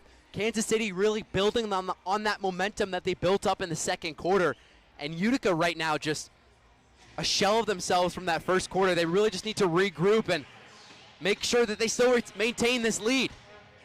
Mijatovic steps away from it, leaves it, and it's high. This will bounce out to Stefan Mijatovic. Played in Utica City a couple of seasons ago. Was a fan favorite during his time in the UCFC colors. Was at Tacoma last year for half the season, traded to Kansas City, and then signed that contract extension to stay with the city. Stay with Kansas City, should say. As here's a chance for the Comets, dancing through, rebound off the boards. Reggett, Mijatovic, and sliding in is Tyson Santos. Contact between Reggett and Santos, and free kick for Kansas City upcoming. Reggett has just been so excellent. His positioning, but also his work rate off the ball, winning that free kick there for Kansas City. A player who always likes to pop in and around the box. You can see he's next to the goalkeeper, Wilkin, right now, just trying to cause some chaos. Shot in by Francis. The lane cleared up for him. And now UCFC 3-on-2 the other way. Up the wing. City on the counter, and it's high and away. Miss kick. And a chance wasted for Utica City. That's a golden opportunity that Tavares just sent high. Good job, though, breaking and using those transitions again, something that was mentioned pregame, how important those transitions are. That's what this game is all about. And here's a transition for Van de Griff the other way. Rolled it wide. Tavares, through pressure, gets it away. Gerson trying to catch Ejimadu out of his box and apologize to Manny Silva, who is home free. To Gerson's right. Marquez on the swivel. Rebound. Cleared away by Gerson. Clever little backheel touch to deflect the ball away from Henry Ramirez. And Utica City play off the boards. Good job, though, clearing your lines, and Gordy Gerson almost found the opportunity there coming in as a substitution. This game just been chaotic to start this second half. I think the important thing will be to see which team can maintain their focus and their balance a little bit here. Transition opportunity. This is Genrick. Great ball to Gerson, whose header is wide. Incredible feed from Kyle Genrick, and Gerson couldn't find the header. Gerson just floating around there at the back post, waiting for that one to come in and just trying to redirect that header from the side that it came from. And it didn't seem as though Ejimadu was going to be quick enough to get to that one, but Gerson just unlucky not to find the back of the net there. Gio Alves plays it out. Under 10 minutes to go, and we remain at the score line that it was at halftime. There was an incredible Brian Wilkin double save in the early goings to keep it this way. Kansas City thought they scored, but a foul was called on Wilkin soon after that. This one off the wall to Reggett, who's down on the ground.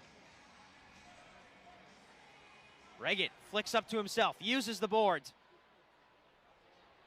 Bodies flying everywhere in the box, and an acrobatic clearance attempt that was whiffed on, but either way, the home side clear the defensive zone. Almost seems like that's the area which Reggett wants to operate in. Coming in the middle, but then also playing off the boards. Dirtle off the wall. Francis. Turning away from Amadi, and here goes Francis.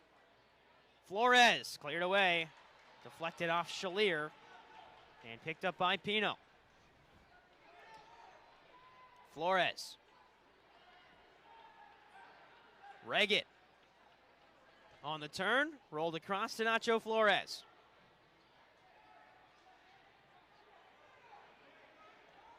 And eventually, Utica City force Kansas City back into the defensive half.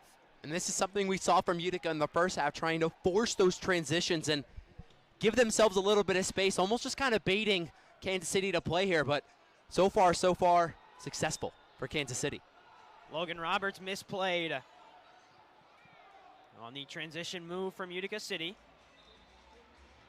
And both teams will change lines.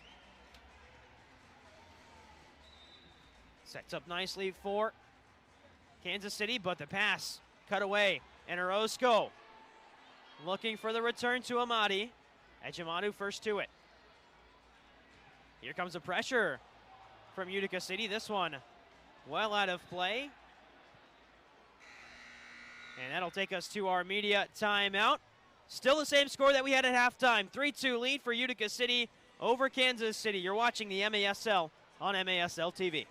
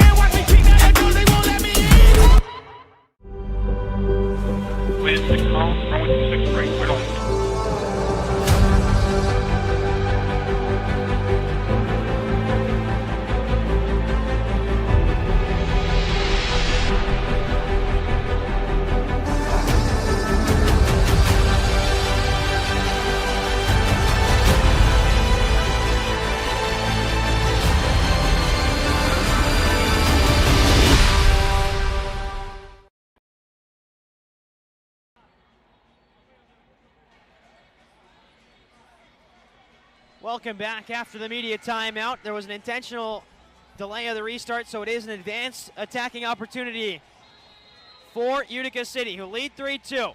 rolled in, Amadi fires, he scores! Great turn. That's Willie Spur, correction. It's his second of the game. And in his first game in Utica City colors, a clever move on the set play. Willie Spur the assist. It is Utica City at its best, straight out of the timeout, using it to their advantage. And Tyson Santos the final touch. An excellent set play there. That one coming straight off the training ground. Willie Spur not going for goal and opting to play that one to Tyson Santos. Great job for Utica maintaining their focus after that rough start to start the second half. But a good job at making sure that they double their lead to 2. So the assist was Willie Spur. The goal was Tyson Santos. His first of his MASL career at the M1 level. Van de Griff and Kansas City need to respond. Trailed 3-0 in this game, brought it back to 3-2. Now trail again, 4-2. And that shot the first one of the second period, or the second half rather, for Utica. Angled off the wall, second chance gathered by Pinal. Stevens shrugged on the boards, and Stankovic is unhappy about that call. Those fouls just becoming a bit of a trend for the Comets, the 9th one of the day. Have to be careful not to give Utica any sort of power play or opportunity to stretch themselves even further. You're still very much in this game from Kansas City. Header across the box. Ejimadu has to come out of his box and head it. Stevens will bring it down and turn it over. Here goes Garza. Shoulder to shoulder with Cole Stevens. Saved by Wilkin. They have just dragged that one wide. It looked like an awkward position there for Brian Wilkin.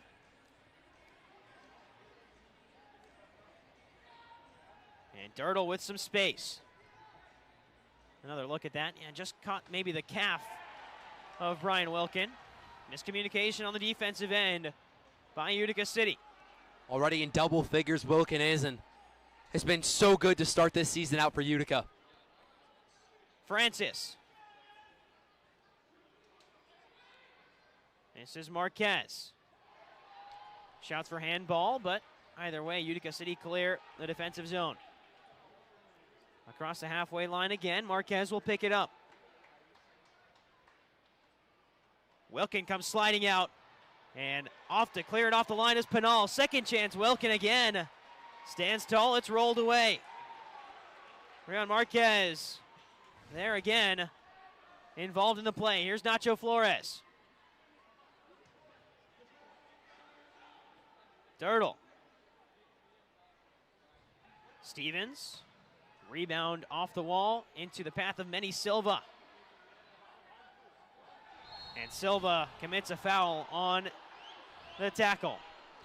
Silva just trying to go for the nutmeg there. Important one, because if he was successful, there's a lot of confusion here. I tried to play that one quickly, but if Silva got that nutmeg and had so much space, he could have had a one-on-one there with the goalkeeper. So an excellent job of just winning this free kick, and maybe some frustration from Manny Silva, giving the visitors a set piece.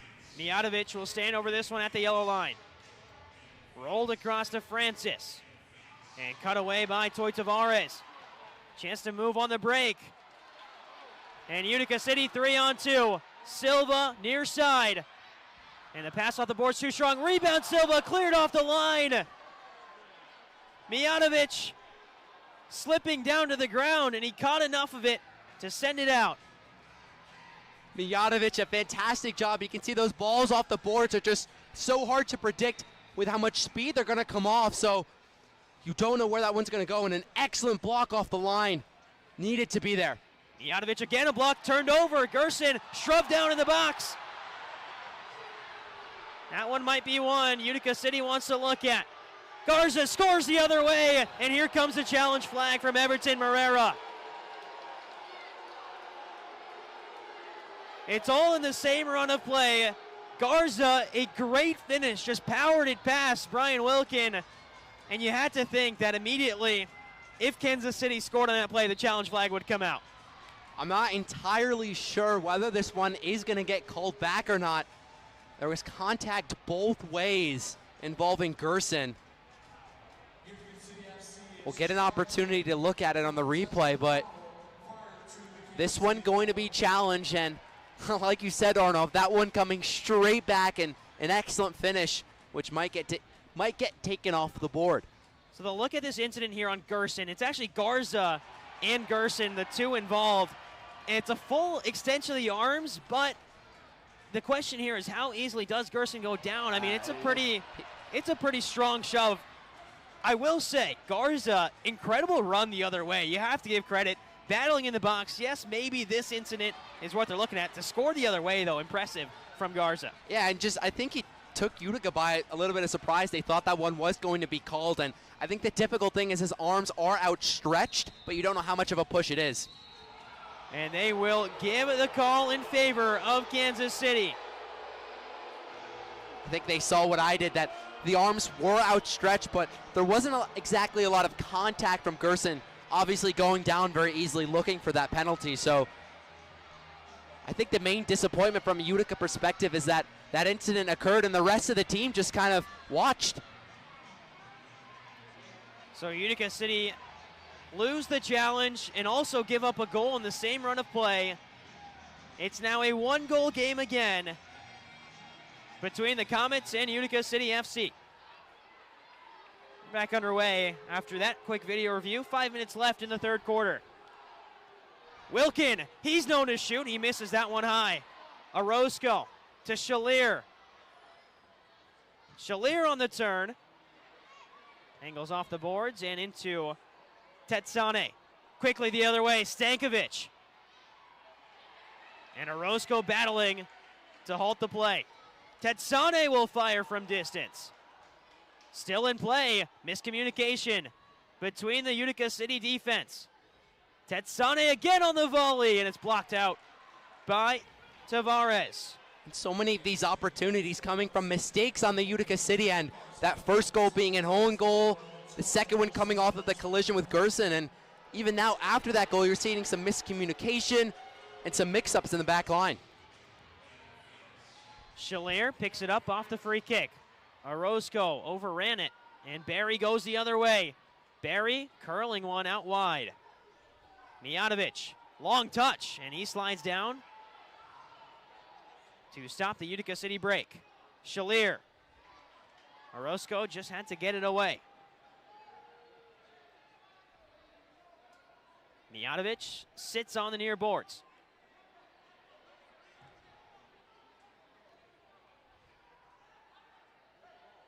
Up the other way, Marquez.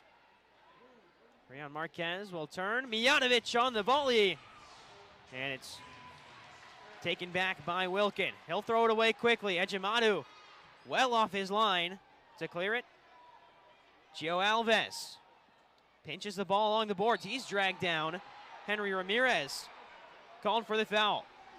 One of the positives for Utica City is, even though you have conceded 3 goals, they thought that Wilkin has been an excellent player so far, just keeping that presence. He's been very strong at getting to those balls and not really a huge at fault for any of the 3 goals. Flores drags it wide. Ramirez the intended target. And now Marquez was a member of the 2025 All-Star Game, Rion Marquez. That was played right here in Utica, along with a whole host of UCFC and Kansas City players from last season. Here's Francis. Marquez in the corner. On the turn, blocked away, and now Utica City on the break. Junior Pinal dances away from one. Dom Francis, the only man behind, and Francis gets one touch. Pinal still there. Second chance, Belliard. And Ejimadu makes the save.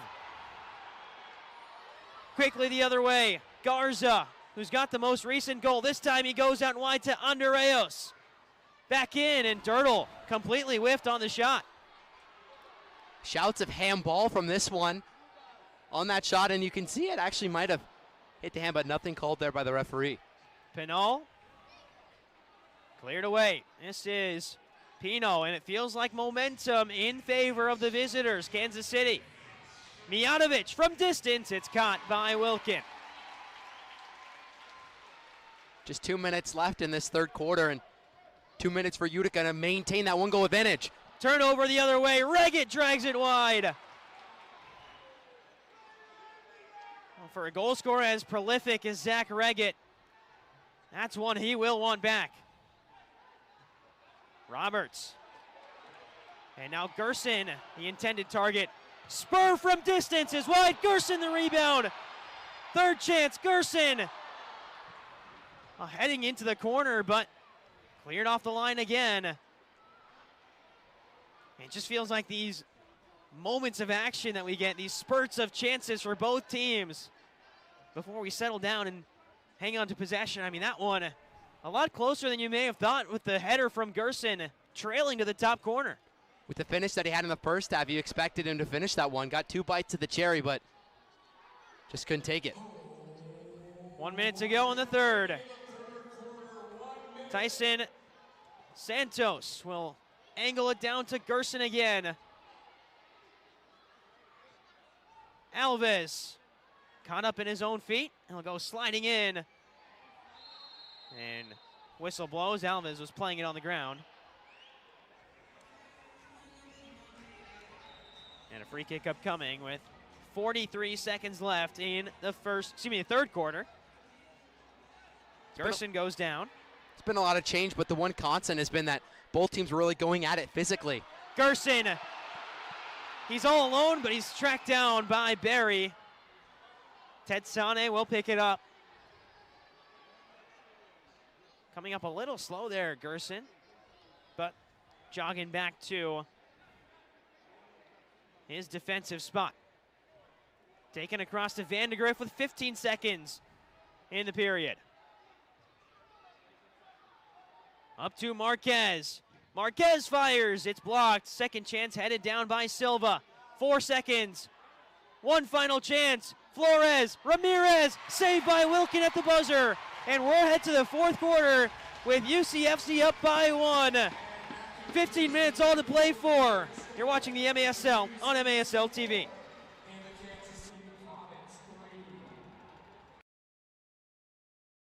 At Aquavino, every meal is a moment. Whether it's date night, a quick lunch, or celebrating a special event. Enjoy Italian-American favorites. Aquavino Restaurant, growing our family one plate at a time. What's your story? What moments make life an adventure? Community is where memories happen. At Bank of Utica, enriching our community for current and future generations has been part of our mission since 1927. By supporting local, community-focused organizations, we work together to open doors to education, the arts, and meaningful career paths. Making stories to remember.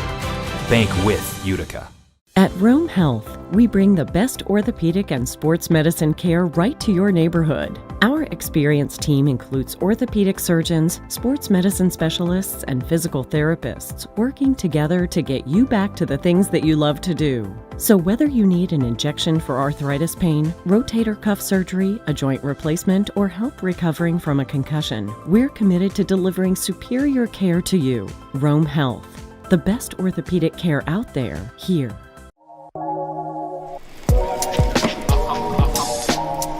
What a save!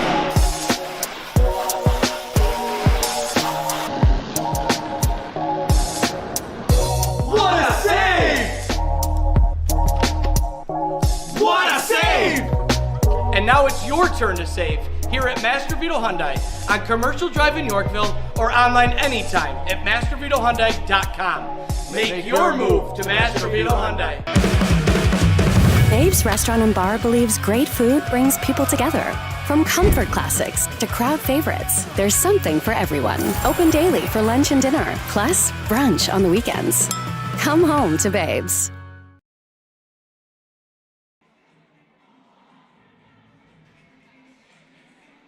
Welcome back to the Adirondack Bank Center. 15 minutes to play between Utica City FC and the Kansas City Comets.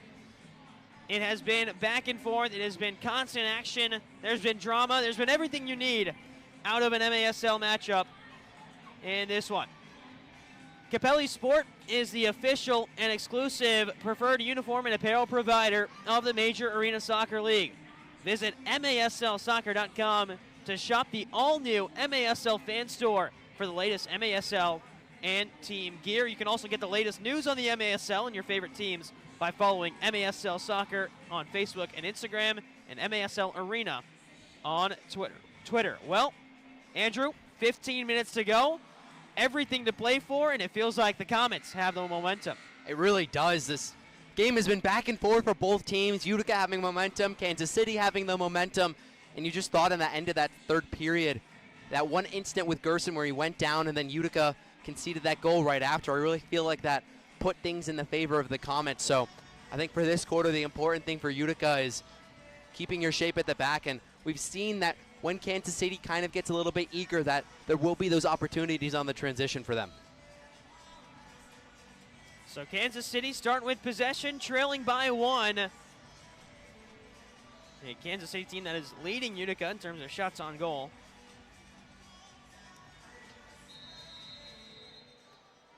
And we're back underway. Mijatovic goes long immediately for Andreos. Rolled across the box, and Orozco clears it away. Pino. Down low for Reggett. Shove in the back, and a second chance blocked away, out of play. Last touch off of Utica. That's really been a strength, That's really been a strength the whole game for Kansas City, is playing in and around the goal, but near the boards, causing chaos. They can't find anything else. This is the opportunity they'll look for. Dom Francis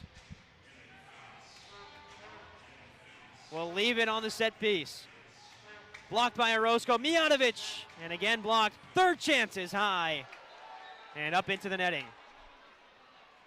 But still, that's a fantastic start from Kansas City. Just in the few minutes, in the first 30 seconds, just showing Utica that you're here and you're ready.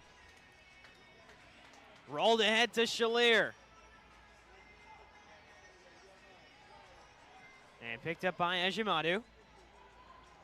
And coming off the goalkeeper of the week performance last week, there wasn't too much action in the MASL. Now we're seeing action pick up with all 8 teams. Last week it was just Kansas City, San Diego, Empire,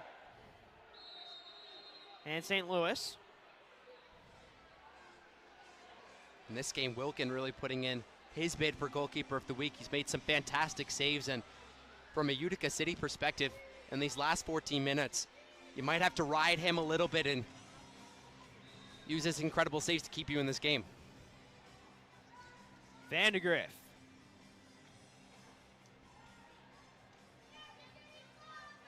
Vandegrift again. Francis turns it over. Shalier. Through contact. Hangs on to possession. Genrick. Angled ball ahead for Stevens. Ejimadu heads it away. Was right at the edge of his goalkeeper box, I should say, too. So smart play from him to not even take the risk of using his hands. Belliard, little back heel flick. And Roberts can dance down the near boards. Wants the call, he'll get it. Maybe a second too late for Roberts' liking, but either way, it stops the play for a moment. That's been the trend whole game between these two sides, putting a lot of pressure on these referees because the game has just been so tightly contested. Tavares, high off the boards. It'll go out to Willie Spur. And it may have hit those gates on the far side, so it's out of play for a Kansas City restart. Our refereeing crew led by Austin Saney. He's assisted by Tony Chiffey, Bjorn Soli, and Steve Southwell. Alves has Pinal ahead of him. Back to Santos, who scored Utica City's most recent goal off the assist from Willie Spur. Here's Pinal again. Pinal froze for a moment. Santos. And Santos again. Now Willie Spur. Back to Santos. This one's going to fall off the boards. Sliding challenge, and Orozco may have got the worst of it. Excuse me, Gerson may have got the worst of it, but numbers the other way for Kansas City. Santos standing tall on the defensive side of the ball. Pinal, little roulette, double roulette. Pinal, here's Gerson. That's the assist of the year. Gerson scores, but how about Junior Pinal? Put that one on SportsCenter. Junior Pinal, the double roulette assist, and Gerson fires it home. It's 5-3. First time was so nice, Arnav. He had to do it twice. And what a moment for Gerson, who in the third period had that incident where he thought he was fouled, was clearly very frustrated, and did a fantastic job at just recognizing that Pinal has that ability to get past this defender, and saw that he was in acres of space, and what a pass from Pinal. Everyone will focus on the skill moves, but an excellent find to find the captain of this team, Gerson. Kansas City quickly, with 12 minutes to go, looking for a response. Orozco. Amadi. Wriggling into space. Mershad Amadi dances away from one. Genrich. Through pressure, finds Orozco. Tavares to contact to the chest. Barry had that leg outstretched, and quickly Amadi will fire it. Saved by Ejimadu. It really just feels like every time that Kansas City is getting into this game, there's a moment of brilliance, or there's a foul, or something to break it up. They just haven't been able to get into their rhythm, Arnav. 5-3 lead for Utica City. Most recent goal is Gordy Gerson. That was his second of the game. The assist from Junior Pinal is the highlight that everyone will talk about. It's a great finish nonetheless from 12-year MASL veteran Gordy Gerson. Willie Spur. Santos trying to do the same play again. And it almost worked again. It took an acrobatic clearance from Barry. Here's Pinal. Santos will hang on to it. Pinal was also so important because he helped slow the game down. You saw it there. Knew he was going to be substituted, played it back, and allowed Utica to maintain the ball. Manny Silva dancing away from one. Dances away from Garza. Fires in. It's Ejimadu with the save. That one hits the gates. It is possession in favor of Kansas City.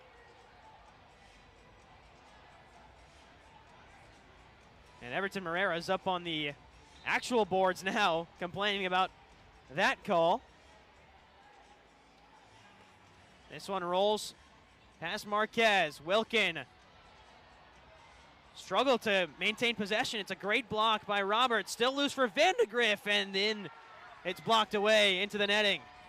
Seemed as though Wilkin thought that he was impeded there, thought that he had a right to go for that ball, but different perspective from the referee. I just think that Wilkin had that ball, maybe a hand on it, and thought as though that someone came through the back of him in order to get that ball. But regardless, still with Kansas City, who has yet another opportunity on a set piece. We saw them score one earlier.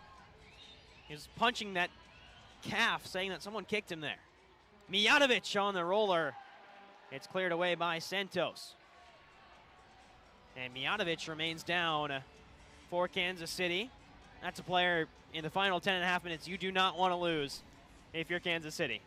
Plays as an anchor in that defense, somebody who, if you are going to commit numbers forward, that can be very helpful to protect yourself against those counterattacks that Utica will probably use. So important to see him get up. Mijatovic, of course, spent the summer with Concaifa, was one of their top scorers these past 2 seasons when playing with that side. This one rifled in, it's scored! Again, an absolute banger. It's Tom Francis with a worldie of a goal, and it's 5-4. The lead back to 1 for Utica City.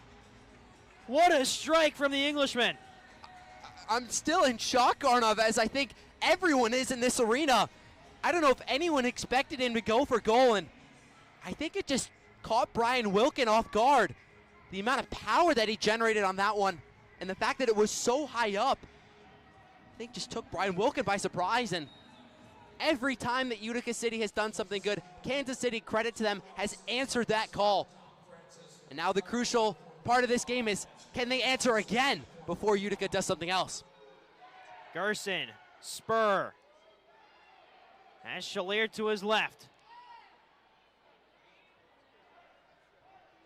Already one goal today for Willie Spur, also has an assist. Alves. Down low, Shalier. Through contact. Spur maintains possession for Utica City. Back the other way, turning is Tavares away from Garza. Toy Tavares, sprawling save by Philip Ejimadu. They'll call it back for a foul on Tavares. Nacho Flores is pointing at where he wants the ball to be spotted. Either way, they'll count it out. Gerson standing over it, has Santos alongside him. Gerson leaves it for Santos.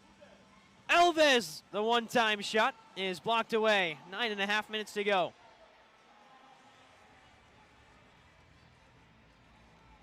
And Alves will go long up into the hands of Ejimadu. Wouldn't be surprised if we saw Zach Reggett come back on the field as somebody who causes chaos as this game unfolds. Great one-time feed from Gerson, who's still down.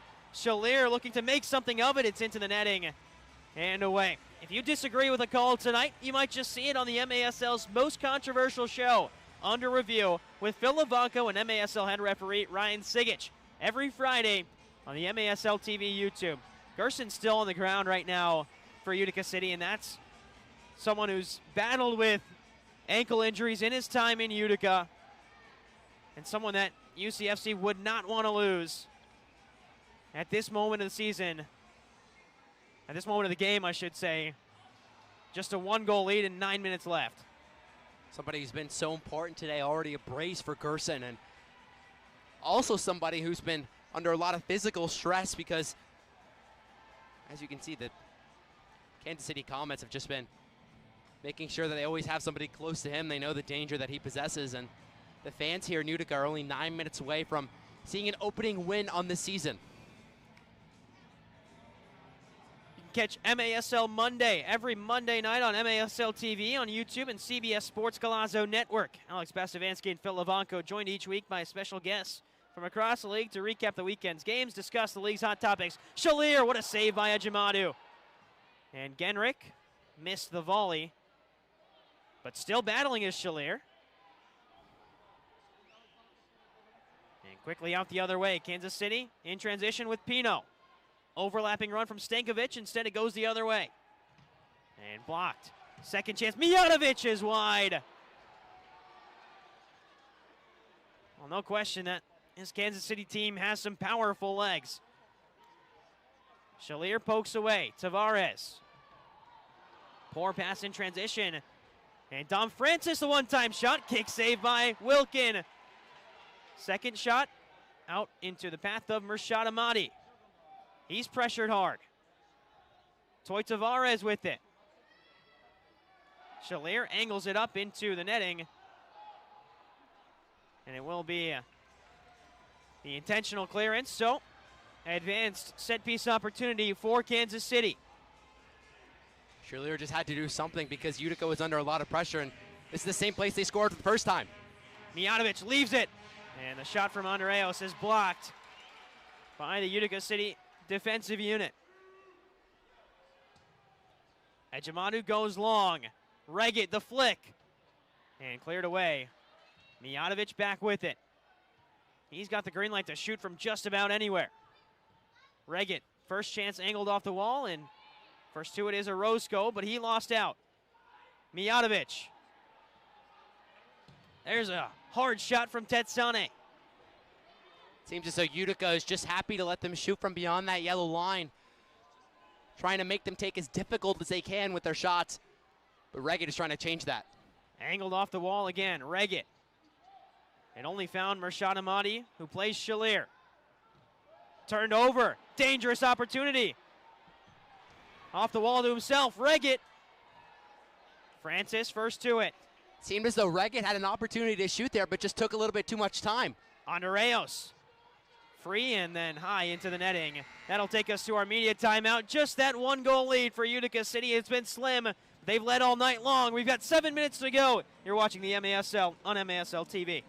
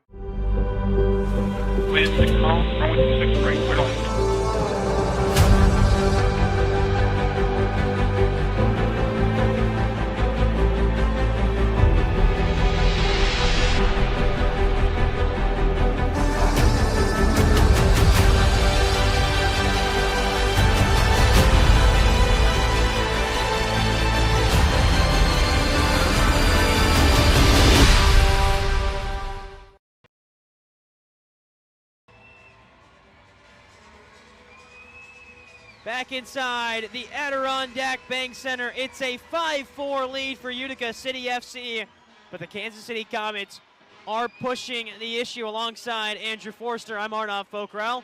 We've got 7 minutes left in this one to see if Utica City can hang on, see if Kansas City can turn it around. It is all to play for in these final 7 minutes. Brian Wilkin gets us underway again. Belliard. Up to Pinal, it stuck in play and hit off the top of the board, which still is part of the playing surface. Stankovic with some space on the near side. There goes Stankovic. Rolling off the wall, it took a bounce off that top crossbar. Pino picks it back up, has Marquez in support.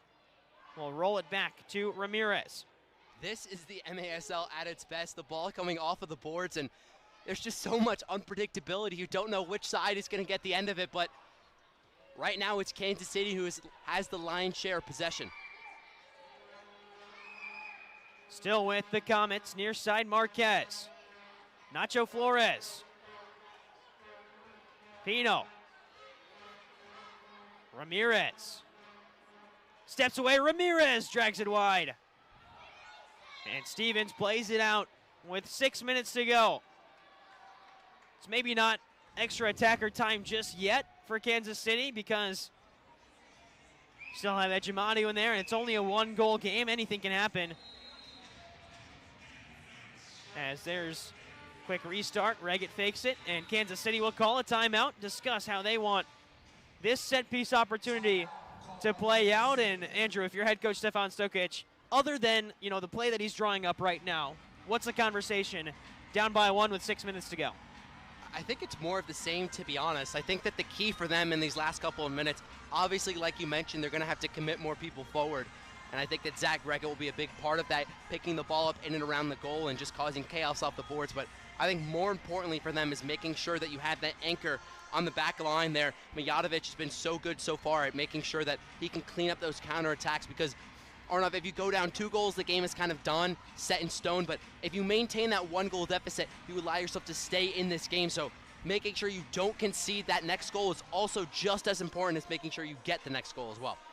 6 minutes to go, and Utica City and Kansas City have battled. It's the season opener for Utica City FC. This is game number 4 for Kansas City, and maybe seeing some of the experience that Kansas City has in these late game moments. They've already played 3 games. They know what it's like to be tired at the end of a game. First time that Utica City is experiencing that this season. That definitely factors into it a little bit. I'm not doubting that they're conditioned, but there's just something about playing in a game and knowing and having that sort of game feel with these last couple of minutes. I mean, 6 minutes left, up 1 goal is a scenario that you probably practice and have yourself ready for. So Kansas City probably has that advantage just with that game experience so far this season. Mijatovic stands over this one. He's all alone. We know what he can do on these set piece opportunities. Mijatovic saved by Wilkin. And out of play. Interesting there from the wall. That one opting to go keeper side and trying to meg Wilkin a little bit, but the wall doing its job and Wilkin also doing his job. So restart for Kansas City, near side boards. It's just under and out of the screen. It's covered up by those LED boards here at the Adirondack Bank Center. Andreos, Mijatovic. Bit of miscommunication. I think Mijatovic ran into the referee on the near side. Pinal gets a block. Logan Roberts shuffles it up the far side board. Not sure the referee knew that that was the play that the Kansas City Comets were going for, but you're right on. If Mijatovic was looking to go for goal and just blocked by the referee. Ejimadu played it in. Ramirez is free in the box. Kansas City couldn't find him. It's Reagan on the far side. Tetsane. Vandegrift. Francis. Kansas City looking to hold possession. Vandegrift again. 5 minutes and 15 seconds to go. Tackle on the far side, and that one enough for a free kick.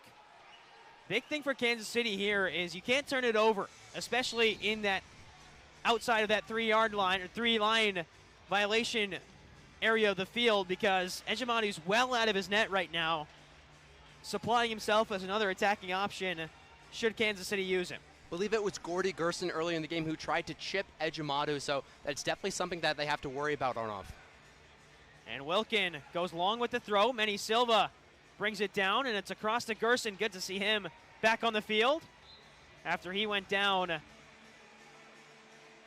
earlier in the game, holding on to that leg area. Of course, Utica City without Nilton De Andrade for at least the next 2 to 3 weeks, if not longer, with that lower body injury.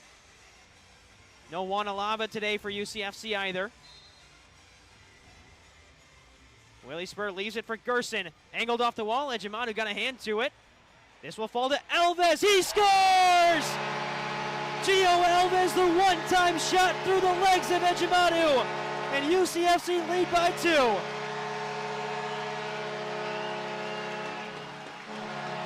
The perfect response for Utica.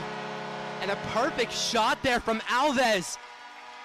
Firing that one into the ground almost, making it a little bit more difficult for Ejimadu to come save. You see that one just fell to him perfectly. Opts to take it first time, and such a perfect strike because that ball just doesn't go above the ground that much. Fired with such pace, and Ejimadu tried to get his foot down, but with how powerfully that shot was taken, just not enough time for him to get it down in time. And Ejimadu actually over-saved it. He got his foot so far out that the ball went through his legs and into the net. And Utica City will call a timeout after scoring the goal. Most likely we're going to see Kansas City transition to that extra attacker. So you'll see Ejimadu step out. We'll see who takes that extra pink jersey. But really, a lot to play for still. It's still 5 minutes of soccer left. That's a lot of time, especially in the indoor game, to fire in a couple of goals in a Utica City team that struggled to close out games last year. What's the conversation right now for head coach Everton Moreira? You bring up a great point that this league is built around speed, transitions, and the ability to score goals quickly. So this game is very much not out of reach for Kansas City. But I think for Utica, it's just making sure that you don't give away any set pieces, you don't give away anything silly, any counterattacks, because if you defend well with those 5 people behind the ball, you'd like to believe that they'll probably do a good job at not conceding a goal. So for Kansas City, it's putting everything you got, making sure you got Zach Reggett up there, but for Utica, it's really just not making any sort of mistakes and making Kansas City really work for those goals. 4 minutes and 51 seconds separates Utica from a season-opening victory against the Kansas City Comets. It's a Comets team that swept Utica last season, 2-0 against UCFC last year for the Comets, but new season brings new opportunity. Utica City revamped roster. A lot of these players are in year 2 under head coach Everton Moreira. Even if they didn't play last year, year 2 or year 3 under a coach, you're bound to learn, and you're bound to adapt to the system, and we're seeing that work out to a T today for UCFC. He called the first couple of games a measuring stick, though.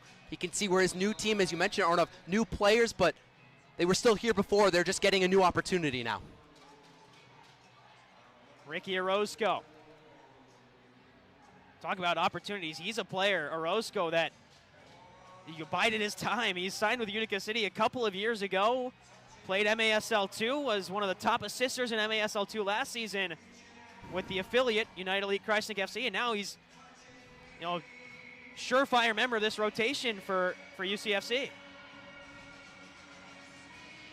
The good vibes flowing here for Utica. Everyone dancing along to music here in the arena. 4 minutes and 14 seconds and counting. Tetsane. This is Barry. Battling with Orozco. Marquez. Loose shin guard on the turf. One of the Kansas City players, I believe it was Pino, lost his shin guard. Got to keep an eye on that for Genrick, who has stepped right over it. Barry down the wing. Wilkin got a touch to it, and Tavares there to clean up the back end. Second shot is into the netting. Well, good positioning from Toy Tavares, knew where he needed to be, and when Wilkin didn't get a clean hand to it, Tavares cleaned it up. That's exactly what you want, like I mentioned, making them really work for every opportunity, and it's just as much a game against Kansas City as it is against the clock for Utica. So really making them build the ball around these possessions and waste some time, which I know is difficult in arena soccer, is very important. The indoor game built on quick movements, and that's exactly how Utica City have scored today. Gio Alves, through so much contact, draws the foul on the near side board. And that's good, again, just to allow yourself to kind of breathe and relax after you're defending for so long. Would be surprised to see them commit too many numbers forward on this. Amadi will fake a shot and still dance away off the wall from Amadi, looking for Belliard. They talk about how he can create his own space, Mershad Amadi. That was on full display there. He overruns Garza this time. Ramirez. Down low, this is the extra attacker. I believe that's Tetsane. Reggett. Mijatovic, so Tetsane's got the pink jersey. He fires a shot, saved by Wilkin. Reggett. No shortage of attacking options for Kansas City. Francis. Tetsane. Mijatovic. Turning in, Wilkin through the legs, Marquez scores. And Rion Marquez with the extra attacker makes it a 6-5 game. Kansas City right back in it. Just way too easy from a Utica perspective. None of the 4 people back there were marking. You can see he's waiting for the ball, and Shelley are just not doing a good job at marking his man and shielding that ball off. And that one delivered right at Wilkin, who just couldn't close his legs in time. And 2 minutes are going to be really shaky here for Utica. Probably one that Brian Wilkin wants back. Cleared away, intentional clearance means that we'll move into an attacking position for Utica City. So Marquez gets the goal for Kansas City to drag the Comets back into this one. Santos palmed away, rebound, Pinal scores! Well, it didn't take long after the goal from Marquez for Pinal to find the net and restore the 2-goal lead. Grabbed himself that fantastic assist earlier, and this one a little bit different. It's a good save there from Ejimadu, with one hand having to parry that one back, and it just falls. Pinal's the first one to react, doing a good job at swiveling his body and getting that one in the bottom corner. Pinal, fantastic this entire game. We've shown how versatile he is. Hold up play, great assists, and now coming up clutch with 2 minutes left. Junior Pinal was kind of an under-the-radar signing last year as Dom Francis rebound scored again. It's Marquez again. 3 goals in a matter of 20 seconds. Utica City just up by 1 again. It's 7-6. Of course this game goes back and forth. Francis shot blocked, and then he's just quicker to react than everybody else. Rion Marquez inside the box, and from a Comets perspective, you should just play with the extra man every time. It seems like Utica can't do anything when they have the extra man. And both teams are operating on high alert right now. It's Utica City, you just need to take a breath. Immediately off the restart, it's turned over. Stankovic. Genrich angles away. Confirmation, Marquez scoring again for Kansas City. And the Comets are right back within striking distance. Lifted to Manny Silva. Header away, numbers for Kansas City. Chested by Belliard. Looking for options. Didn't get help from Rashad Amadi. 3-on-2 the other way. Reggett, Francis. Blocked, it's an own goal. It's Francis who'll get the credit, and we're tied at 7. Second time today that Utica has deflected a shot into its own net. First it was Reggett in the first quarter. It was the first goal of the game, and now it's a game-tying goal for Francis. Oh my goodness, Arnav. Francis not even going for goal. That one trying to be played across, and it's just unfortunate, the deflection, but you cannot say that Kansas City has not earned this score. So a minute left, it's anybody's game here. 1 minute to go. And a game that has been all Utica City until this moment. Wire to wire leading, led 3-0 in the second quarter. Then it was 3-2, then 4-2. 7-5 with 2 minutes to go. Then it was 7-6 because of Rion Marquez, and then Dom Francis gets the credit off the deflected goal into the net. And now 1 minute to go to decide a winner. See if we're going to overtime. And all the heavy hitters now back in for Kansas City. They're going for this goal. Reggett's on the field, Francis is on the field, Marquez is on the field, and crucially, they're also going to go with the extra man here. Ted Sane in the pink jersey. This could be a coaching decision that could make or break this game for head coach Stefan Stokic, because you add the power in defensive structure that Ted Sane provides, but you do leave no goalkeeper on the field. Ejimadu is just kind of lounging on the bench. You'll see him right in between the two benches. He's chilling, posted up pretty comfortably there. He's ready to run back on the field should Utica City win possession back. I think they're relying on the fact that Utica's playing so deep that they'll have enough time to make that substitution if they need, but like I mentioned before, it's been working for them, so there's no reason not to continue with that extra man. We're back underway, 50 seconds to go to decide a winner in this one. Tetsane, Mijatovic. He'll step in.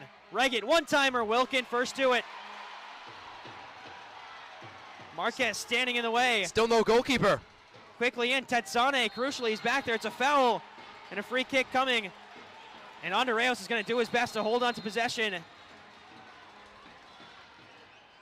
they might have the delay warning assessed to Andreos.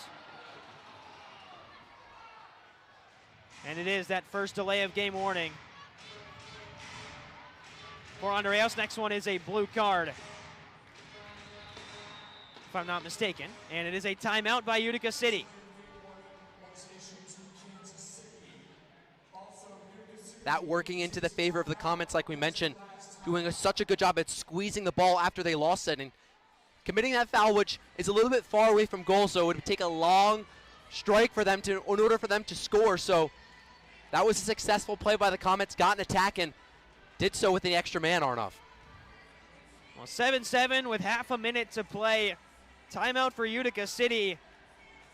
And UCFC looking to start the season on the right foot. After this, it's another meeting against this Comet side right here at the Adirondack Bank Center next Sunday. Kickoff at 3 p.m. between UCFC and Kansas City. Until then, no games for Utica City, so it's a slow start to the season, whereas Kansas City, after this, host Milwaukee on Friday. Before that, travel back up here to New York. So by next week, Kansas City will have played, if my math is correct, 6 games to just Utica City's 2. All the more important for them to make sure that they try and get a win here, especially, again, coming off the back of that embarrassing loss last night.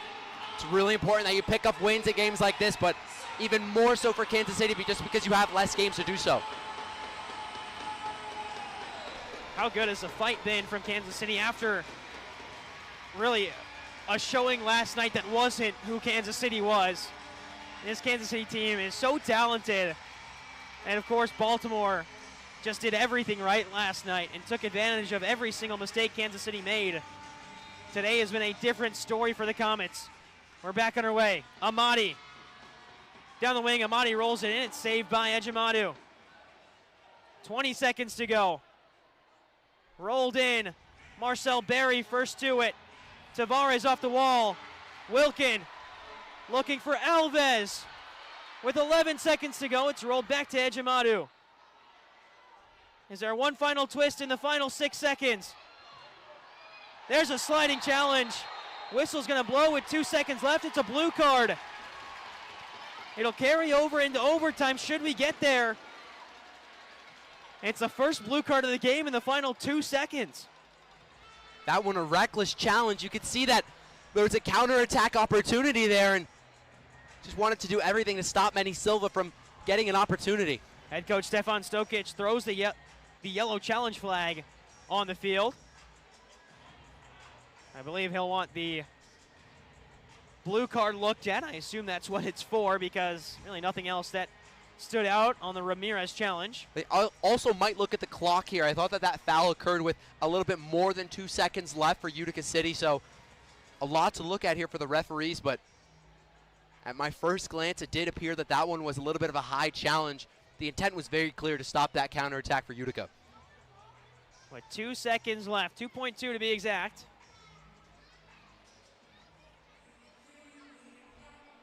Waiting on the confirmation of what they're reviewing is. It is a long conversation with head coach Stefan Stokic and Austin Saney. And now he'll jog over to the video review monitor to take a look at the incident involving Henry Ramirez and Toy Tavares. Henry Ramirez and Manny Silva were the 2 in the play. Silva's got some speed. I didn't know if he was going to get down the field in 2.2 seconds, though. That's what I'm saying, but the foul occurring with maybe around 6 seconds left, so that's also something that they'll look at. But yeah, you mentioned that, Arnov. I don't know if he could have gotten the length of the field even in those 6 seconds, so that foul will crucially also, like you mentioned, carry on into overtime, which would allow Utica to start on the front foot. And just an interesting thing to note here, Gio Alves for Utica City has the extra attacker jersey on. Wilkins taking a seat on the bench for the final 2 seconds. They'll maybe try and float in a ball to the back post and find somebody like 6'4" Barbaro Chalier to head it in. We got a replay there on that challenge. That one just a little bit high there from Henry Ramirez. It's a very quick review and confirmation of the blue card. For Henry Ramirez, he's in the penalty box for 2 minutes. First blue card of the game. First time Utica City will be on the power play this season. Last year, 33% on the man advantage. And Alves just either has to go for a goal, look for a deflection here in front of Ejimadu.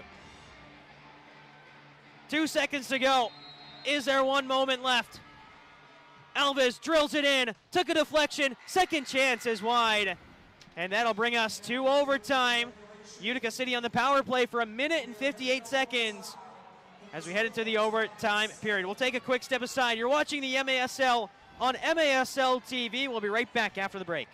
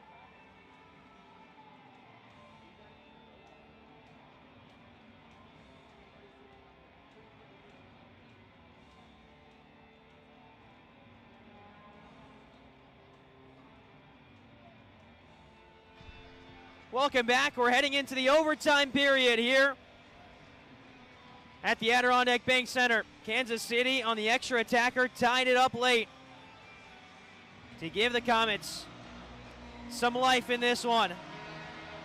But Utica City on the power play for the next minute 58.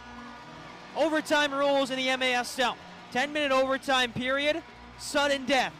Golden goal opportunities for those 10 minutes. If we're still tied, then we go to shootout opportunities between the two sides, alternating after 3 rounds to decide who wins.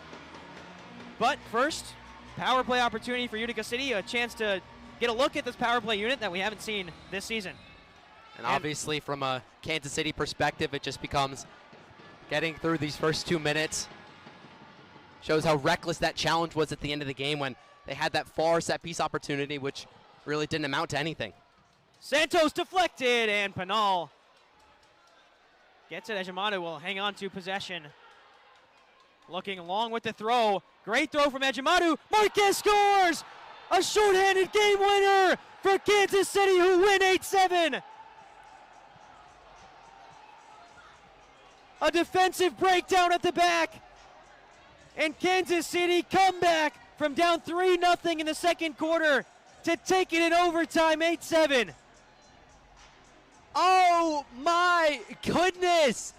We were just talking about how they just needed to survive. But instead of surviving, they're thriving. And it's Rion Marquez, the prolific goal scorer from last season. 24 goals, and importantly, the winner today. What a comeback. Every time that they were down, every time that Utica City scored, Kansas City answered the call. A fantastic performance. And after that embarrassing loss yesterday, they come back and they turn it around here in Utica. Rion Marquez, game-winning goal is his hat-trick goal. And he propels Kansas City to an 8-7 victory over Utica City FC in the home opener. UCFC does gain a point out of the game because it goes to overtime, but it's a game that you really thought UCFC had a chance to pull away with all 3 points. Instead, it's just one for Utica City FC. 8-7 the final score. The next time UCFC plays, it's next week against this very Comet side, so a chance to get some revenge in that next week game. And for a young team without Wanalava, no Nilton de Andrade, positive signs, yes, but a chance of maybe there was something more in it. We'll send it down now to Michael Lear, who's down with Gordy Gerson, the man of the match for Utica City FC. We're here with your Mancha Macrinas, man of the match, Gordy. What did you think of the game overall? Obviously a tough loss, but you guys battle all the way to the end. Yeah, I mean, we're showing to ourselves that we can do it. We just got to be more clutch in key moments. And Kansas City did a good job coming back twice tonight, and we put on a show for you guys. Unfortunately, we didn't get the result, but we'll be back next week to bounce back. What do you think of all the young guys who, a lot of them, it was their first real stretch in the MASL? How'd they perform? Honestly, I thought they did very well. There was just some moments we got to keep our highs a little lower and keep our lows higher. But getting first game in is always huge, and we did this for our brother Juan. We know he wishes he could be here, so I know he's watching from Ecuador. We love you, brother.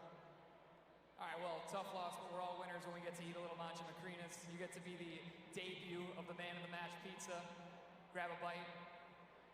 I'll take some too, sure. Yeah. It's better after a win, but pretty good. That'll work. Got your Mancha Macrinas man of the match, Gordy Gerson. Michael Lear down with Gordy Gerson. An 8-7 game. We'll take a quick step aside. You're watching the MASL on MASL TV.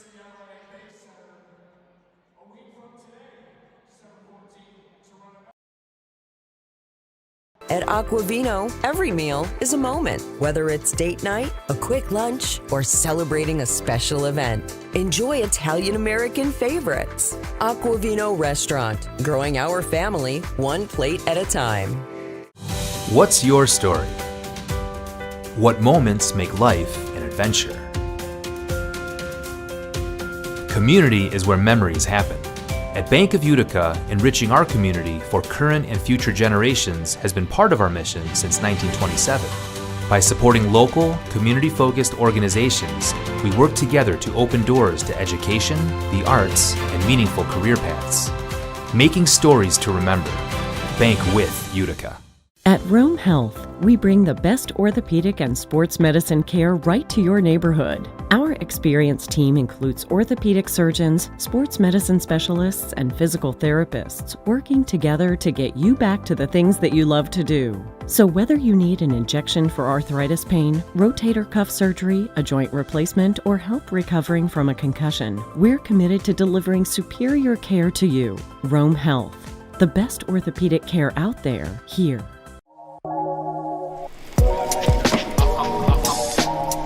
What a save!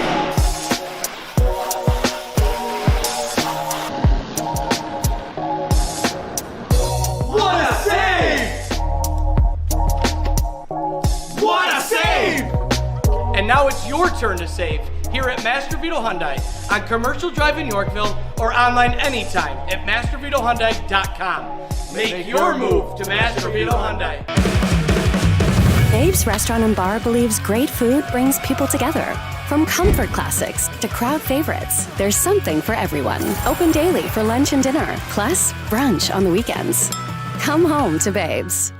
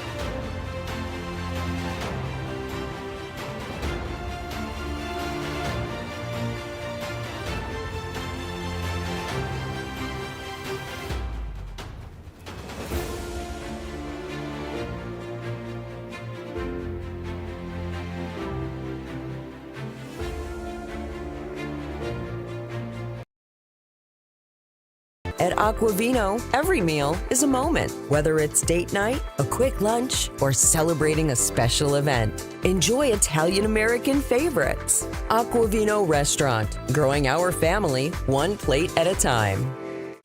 What's your story? What moments make life an adventure? Community is where memories happen. At Bank of Utica, enriching our community for current and future generations has been part of our mission since 1927. By supporting local, community-focused organizations, we work together to open doors to education, the arts, and meaningful career paths. Making stories to remember. Bank with Utica.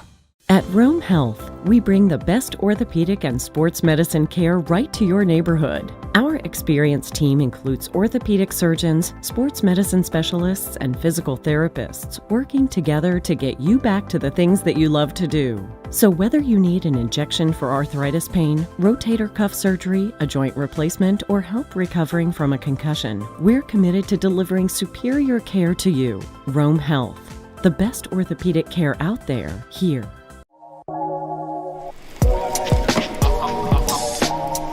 What a save!